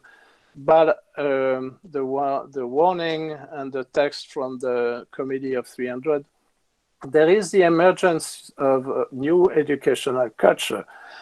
We need a new culture capable of contributing to the elimination of the tensions menacing life on our planet. And that will be only possible with a new way of understanding curricula, which would account for the realization of the potential of human beings. So I'm thanking you for allowing me to speak about it. The last slide has my my email. You see here now the Committee of 300 in the box promoting euthanasia and expressing the need to depopulate our planet such that it becomes an ecological ideal with just 1 billion people, not 7 billion. And so that's the game they are playing now. If we are not aware of that, it's the last minute, if it's still time to realize it. And the next slide is about a warning to nurses and doctors who are, contributing to this mass crime, that they should tell your patients that the vaccines do not guarantee immunity, and they spread the disease, and they provide damage and death, and they are experimental. So the last slide in blue now is this need. We need a peaceful new culture that brings not programming to students, not programming themselves, help them reflect on what we do, why we do it, and where we go, to develop a more humane humanity, more organic growth, and that we be very aware of the risks of technologies. There are beauties. I've been teaching educational technologies for some years. There are beauties in new technologies that allow us to share together today some information, but when they are used for the control of everyone, then they represent a very, very high risk. Moreover, when top elites in our different societies, in all our countries, are bringing all the factors for population reduction, we should be, very aware that we have a right to self-defense. Thank you very much. Thank you, sir. Thank you very much for your intellectual discourse and enlightening our participants. Initially, you spoke about fabricated narratives, and you gave one of the examples of fabricated narratives is news channels. This kind of scenario we are also looking in our India too. Then you also talked about we are slaves of technology and artificial intelligence. You also highlighted that literature of freedom is a need of time. One important point, you refer that by referring teachers' contract in 1923, You told us that we are signing contract of slavery every day. We are signing the contract of slavery every day. And also you talked about humanity is sick. You made a very recent comparison between white guy and a black person. There is a hope that literature will definitely build humanity. And finally, you talked about the peaceful new culture is a need of time where it will definitely help our students to reflect on what we do, why we do, and for the betterment of the humanity. Sir, from the organizing committee, on behalf of the organizing committee, I again thank you for your insightful and deep intellectual discourse. Now, moving ahead for the next plenary session, and the next talk we have with us Meghna Gaukar. She is a film actress in Indian cinema. I will briefly introduce Meghna Gaukar and then will invite her to deliver her speech. She is, as I mentioned, she is a renowned actress working in Kannada film industry, and she has performed many lead roles in famous Kannada movies. You can see her all kinds of information on internet. I think there is no need of introduction to Meghna Gaukar. With this, I invite Meghna Gaukar, Honorable Meghna Gaukar, to address our participants. Over to you, ma'am. Sachin sir, Dr. Sachin sir, thank you for the wonderful. Good evening, everybody. Thank you for having and giving me the opportunity to speak in this international online conference on enriching language, literature, culture, and translation studies. I'd like to thank Vittal Rao Shinde Arts College, Temburni, and Solapur University. I'd like to thank Solapur English Teachers Organization. And of course, I'd like to thank Dr. Shivaji Sargar sir, who's also my guide. Now, let's start with the topic. Now, enriching language, literature, culture, and translation studies. I was introduced so nicely by Dr. Sachin sir. Now, all of you know that I'm an actor. I work in the Kannada film industry. I play lead roles in the Kannada film industry. The language, one of the many wonderful South Indian languages, one of the oldest languages that exists today. I'll start with how film defines this whole topic, how film connects with this whole topic that we are discussing right now as a part of the conversation. Let's start with, all of us know about Hollywood. That Hollywood represents American films, English films. It represents films from UK. It represents films from Australia, many English-speaking countries. But when it comes to, and we call it Hollywood, we've nicknamed the Western film industry, the English-speaking film industry as Hollywood. Now, when the West looks at the East, or let's say specifically India, we look at it as Bollywood, as if the whole Indian film industry itself is just Bollywood. As Indians, we all know that there are different languages in our country, different states, different culture. We're rich with the cultural heritage in many forms of, art, artistic, cultural, architectural, many forms of heritage of these sorts. So when a Westerner is looking at India, when the West people are looking at the East artists or film industry, it looks as if India is just about Bollywood. India is just about Hindi films. That's the only language that is spoken throughout India. Of course, that's not true. We as Indians, we all know that it's true. From North, we have many languages, from Punjabi to Bhojpuri to Bengali, Gujarati, many of them. Again, coming to South India, we have amazing, beautiful languages like Kannada, which is my mother tongue, Tamil, Telugu, Malayalam, and all these languages have their own film industry. Now, when we say Bollywood, it is the Hindi film industry. What we need to understand is there are so many other industries that fall into that category. For example, my industry, which is the Kannada film industry, is called Sandalwood, which represents Kannada cinema. The Telugu film industry is called Tollywood, and the Tamil film industry is called Kollywood, and Malayalam film industry is called Mollywood. So we have given these nicknames to different industries, and we need to realize that when it comes to representing art, culture, in the form of storytelling, we're not just one particular language. We're many languages, and what makes India so rich is the fact that it has so many languages, it has so many stories to tell in different forms, in different setup, in different language, art, music, etc. I'd like to start with when the film industry began in the form of literature. I truly believe that everything that we have today in the form of arts began in the form of literature, starting from many thousands of years ago. Cinema evolved starting from literature, going even today literature exists in a very big way. It's a part of our culture. Then it took a shape of folk singing, folk dancing. Then it took a shape of theater, theater plays,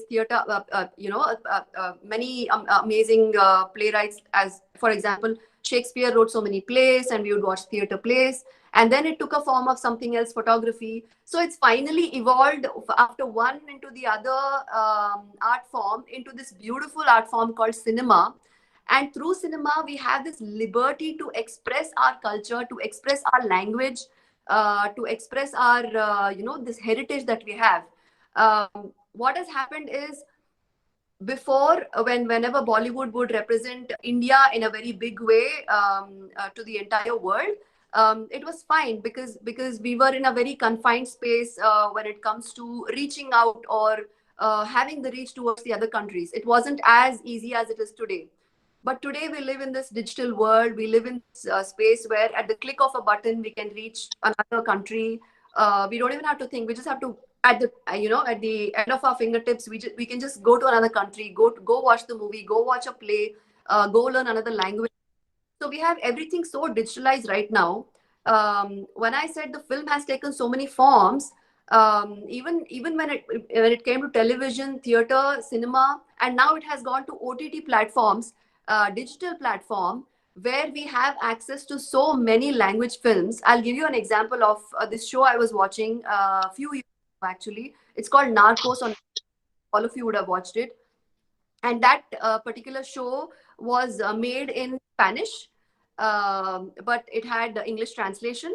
And after this whole digitalization of this visual media, cinema, web series, etc., I have understood. I've had the opportunity to learn different languages even before this through DVDs. I've had the opportunity to watch Iranian films, Arabic films, etc., with translation, of course, with subtitles. For me, Hollywood is just watching about that particular culture, but that is not something that I would like to watch throughout. There are so many cultures. African, Spanish, Indian. In Indian, we have so many languages, so many cultures, and I want to watch these movies not in the translated form or not in the dubbed format. Now, you all know that many of the films are dubbed into into Hindi, and they're represented as South films. But now the time has come when the same films are represented on television with subtitles, or the same films are represented on OTT platforms with subtitles, and people want to understand that culture. People want to know how exactly do they dress, what exactly is their kind of food, what is their language, what is their literature, what exactly are these people.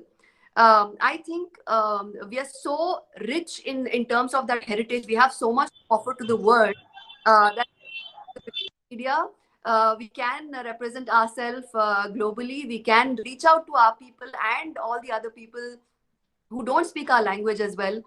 We can showcase our culture thanks to the technology today. Yes, technology does come with a lot of side effects, disadvantages, but I also believe it has given us this greatest advantage of reaching out, expressing ourselves, being able to showcase our culture, being able to, literature has taken this way forward in many ways from so many years.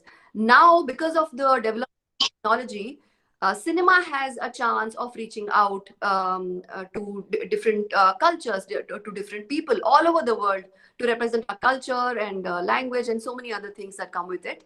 Now, as Mrinalini ma'am was actually pointing out rightly, geographical backgrounds play a very important role in culture, language, literature. I'd also like to add food habits. Sardar sir, made point that we are living in a sort of a global village right now. We are accessible to each other very easily. I'd like to say that each language has its own beauty. Each language has its own. I don't know if I want to watch Arabic movie, I do not want to watch it in a dubbed version where the dubbed voice is of somebody who's English speaking. I would like to listen. The beauty of understanding to it is understanding that language, listening to it, and I'm okay with reading the subtitles because I wouldn't understand the language, but I'd like to appreciate the language. I'd like to learn about it. I'd like to know their culture. That is a way of just becoming a better human being, becoming a better, a more knowledgeable person, becoming an intellectual person, as literature has always encouraged us to be. So cinema has now brought in that culture. And I'd like to also say that my particular topic, the thesis that I'm working on right now is about adaptation, the study in adaptation. And the subject is the metamorphosis of literature into cinema. So literature into cinema, what literature has done all these years in enhancing, culture, language, and, translation. I think cinema is doing that now. And I'm trying to form the bridge between literature and cinema. And I'm really happy to do that. Yeah. So as we know, the culture of cinema has evolved in different forms, from television to movies to OTT platforms. And again, of course, the cinema culture is never going to die. There's always going to be theaters, according to me. That's my, understanding. And I've done a little bit of research that with the 5G technology, with the developing technology, cinema theaters might go out of, the whole picture. But I don't think so. I think we are people who are social beings. As human beings, we love going out. We love meeting people. We like understanding others. We like understanding others' culture, others' emotions. Also, when we say cinema, it's not just about, you can watch any movie. Like I said, Marathi. If you don't speak Marathi, if you're watching a Marathi movie, you can understand the whole movie even without understanding the language through emotions. I think cinema has this amazing ability to understand, language of humanity, which is emotions, of course. But of course, I think the cream of the whole topic is that the added beauty to this whole cinema is that we want to see what is the story of that particular culture. What is the story of this particular, country? How do they speak their language? What is their body language? How do they dress up? So that's the beauty in learning this. I think we become better human beings, better intellectuals, like I said before. Things have changed because of this whole pandemic. But still,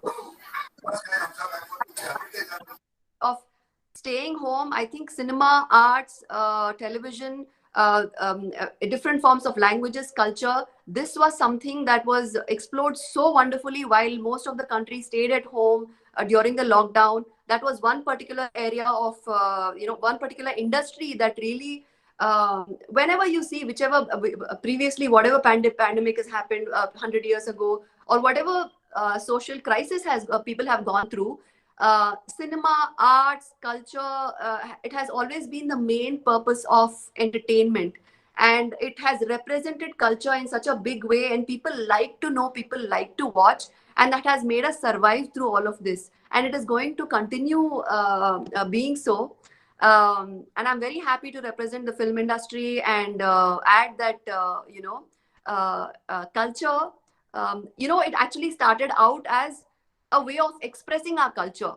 Theater, be it theater plays or be it photography or any form of art or even cinema right now, it started out as being, expressing our culture, showcasing our culture.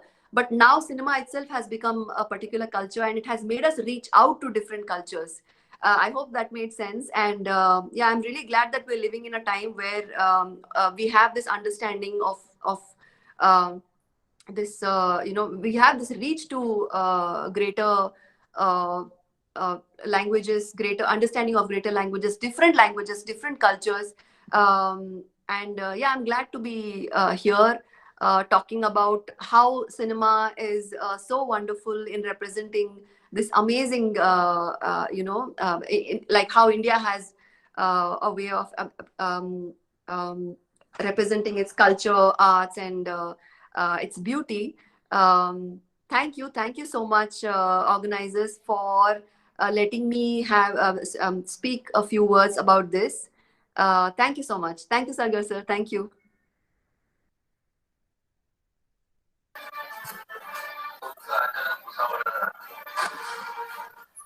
Thank you, madam, for such a nice and live presentation. You talked about that India is not just Bollywood. There are many industries in India, and they are really contributing to our culture. Then you also made one point that many languages have contributed to enrich the India. Then you also talked about cinema expresses and represents everything. It means that language, literature, and culture are represented by cinema. You also talked about journey of films from theater to OTT platform. And apart from Bollywood, there are n number of industries. Apart from Hollywood, there are n numbers of industries in different countries, and especially we focused on the industries in India, that is cinema industries in India. With this, I thank you on behalf of the organizers. It was very nice experience to listen to you, ma'am. Moving ahead, I request Professor Dr. A.B. Kadam, President of Solapur University English Teachers Organization, to make concluding remarks. Over to you, sir. Thank you, Sachin, for your suggestions, and as well as I am going to conclude my remarks very shortly. Okay, so because we are already running due to short of time. Okay, respected speakers of this online conference, Principal Sunil Kumar Professor Dr. Vinod Gaikwad from Chennamma University, Belgium, Meghna Gaonkar, a famous film actress from Karnataka, and Francis Victor, who is a well-known educationist from University of Wisconsin, and the principal of this college, Dr. Mahendra Kadam. The conveners of this conference, Dr. Kokate, Professor Mulani, and as well as Dr. Balasar Das, and Secretary of SETO, Dr. Sachin Londe, who has been doing this job very efficiently as a compeer, and online participant friends. Good evening to Indian viewers, and very good morning to Francis Victor. I am very pleased to be the part of this online conference organized by Temboni College.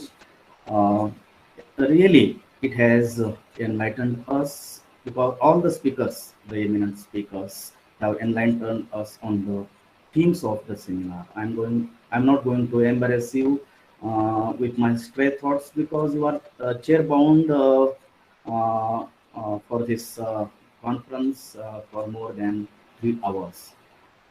Friends, the theme of the conference has been, made very clear by the eminent speakers.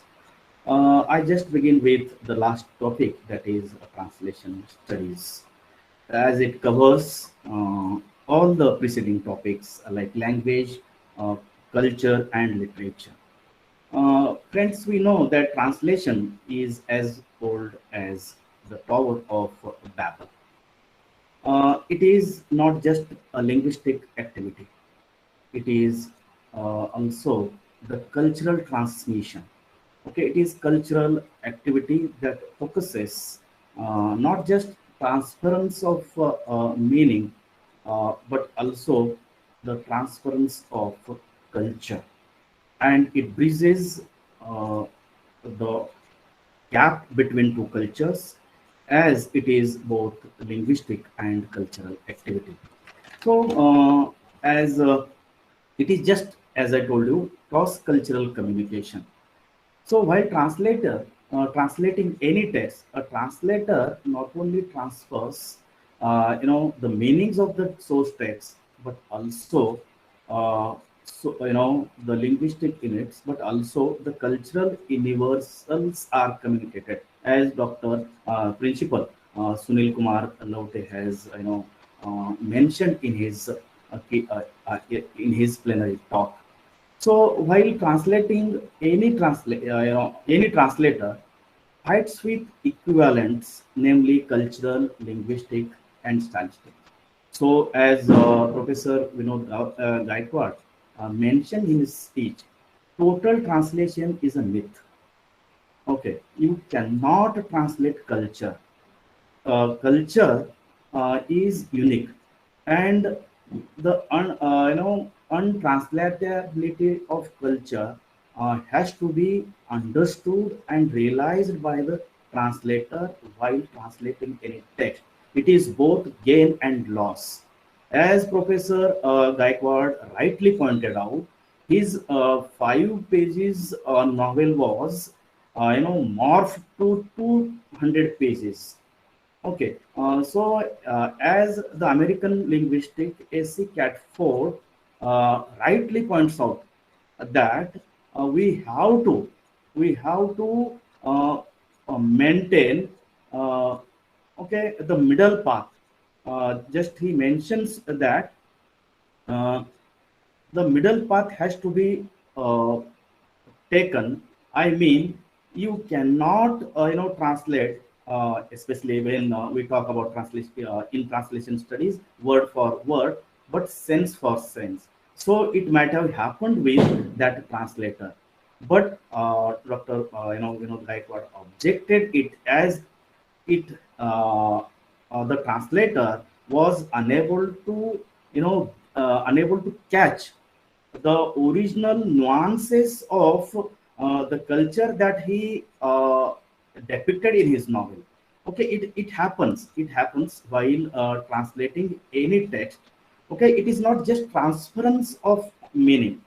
Okay, it is not the substitution, it is not the replacement, but it is also transgression, as Professor Sunil Kumar Laute sir, an eminent translator, mentioned it. So as far as concerned with Indian culture, India is multi-ethnic, multilingual. While translating within India, we face, or translator faces many challenges, because India has with many cultures. If I want to cite the example, for example, the word upar in Hindi cannot be translated as bed in Marathi.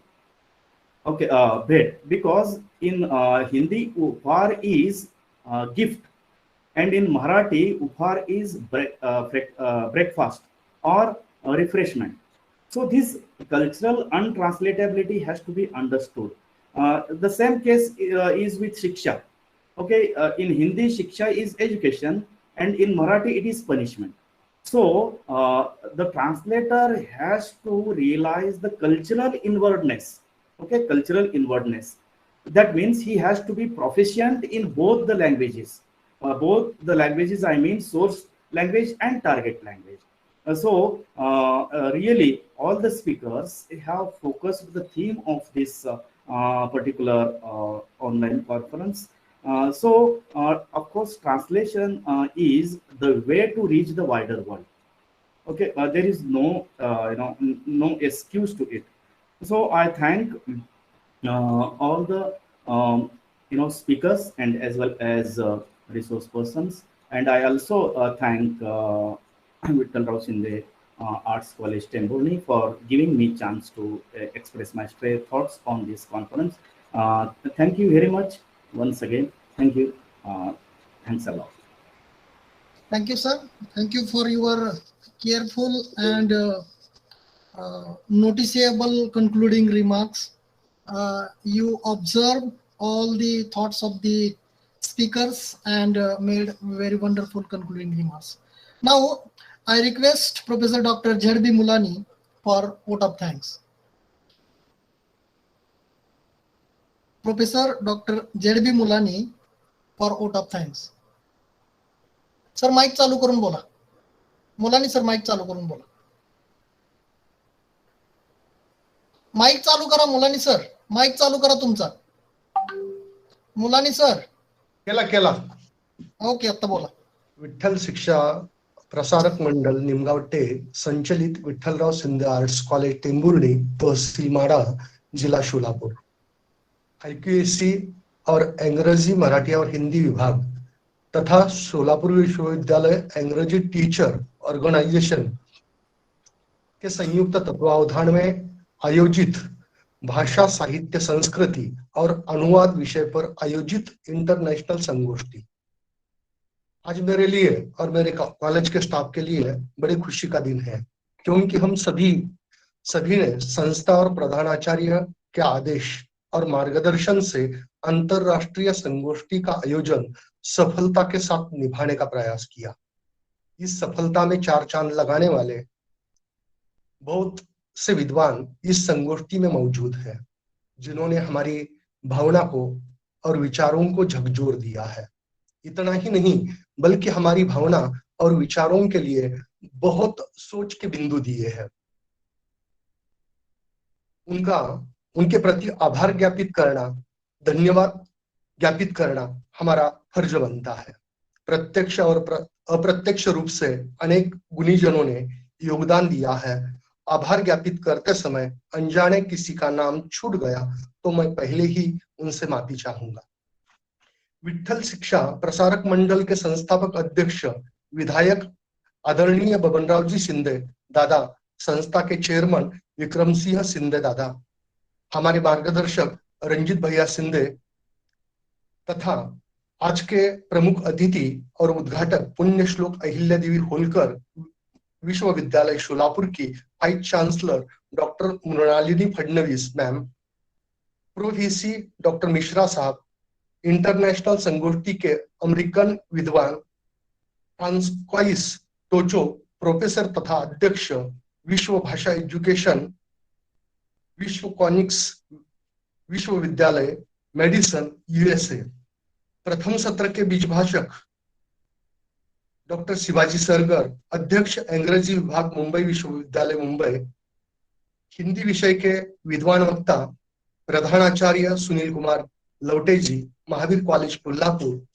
तथा मराठी विषय के विद्वान वक्ता doctor Vinod Gaikwad, अध्यक्ष मराठी तथा dean faculty of arts Rani Chennamma विश्वविद्यालय बेलगाम कर्नाटका। इन सभी लोगों ने बहुत ही सहज, सुंदर और झकझोरने वाली अभिव्यक्ति दी तथा और एक वक्ता बची है जो भारतीय फिल्म के अंतर्गत एक प्रसिद्ध अभिनेत्री है, जिनका नाम है मेघना गावकर। इन्होंने भी बेहद सुंदर और सहज अभिव्यक्ति दी। मैं इन सभी विद्वानों के प्रति आभार ज्ञापित करता हूँ। साथ ही साथ अक्षर वांग्मय पत्रिका के संपादक नाना साहिब सूर्यवंशी, कॉलेज के प्रधानाचार्य और हमारे प्रेरणा स्रोत प्रसिद्ध मराठी साहित्यकार सेटो के अध्यक्ष डॉक्टर अगम, सेटो के सचिव सचिन लोंढे जी और अंतरराष्ट्रीय संगोष्ठी में प्रतिभागी के रूप में जितने भी प्रोफेसर विद्वान हैं, साथ ही रिसर्च कॉलेज है, उनके प्रति भी मैं आभार ज्ञापित करता हूँ। हमारे कॉलेज के IQAC के अध्यक्ष डॉक्टर नेताजी कोकाटे, मराठी विभाग प्रमुख डॉक्टर बाळासाहेब दास, प्राध्यापक संजय साठे, प्राध्यापक अनिल जाधव, प्राध्यापक विवेकानंद माने और मेरा पूरा स्टाफ, जिनके प्रति मैं दिल से आभार ज्ञापित करता हूं। धन्यवाद। Thank you. Thank you, sir. There will be a national anthem before the end of this international conference. I request all the participants to be ready for the national anthem. Mane, sir.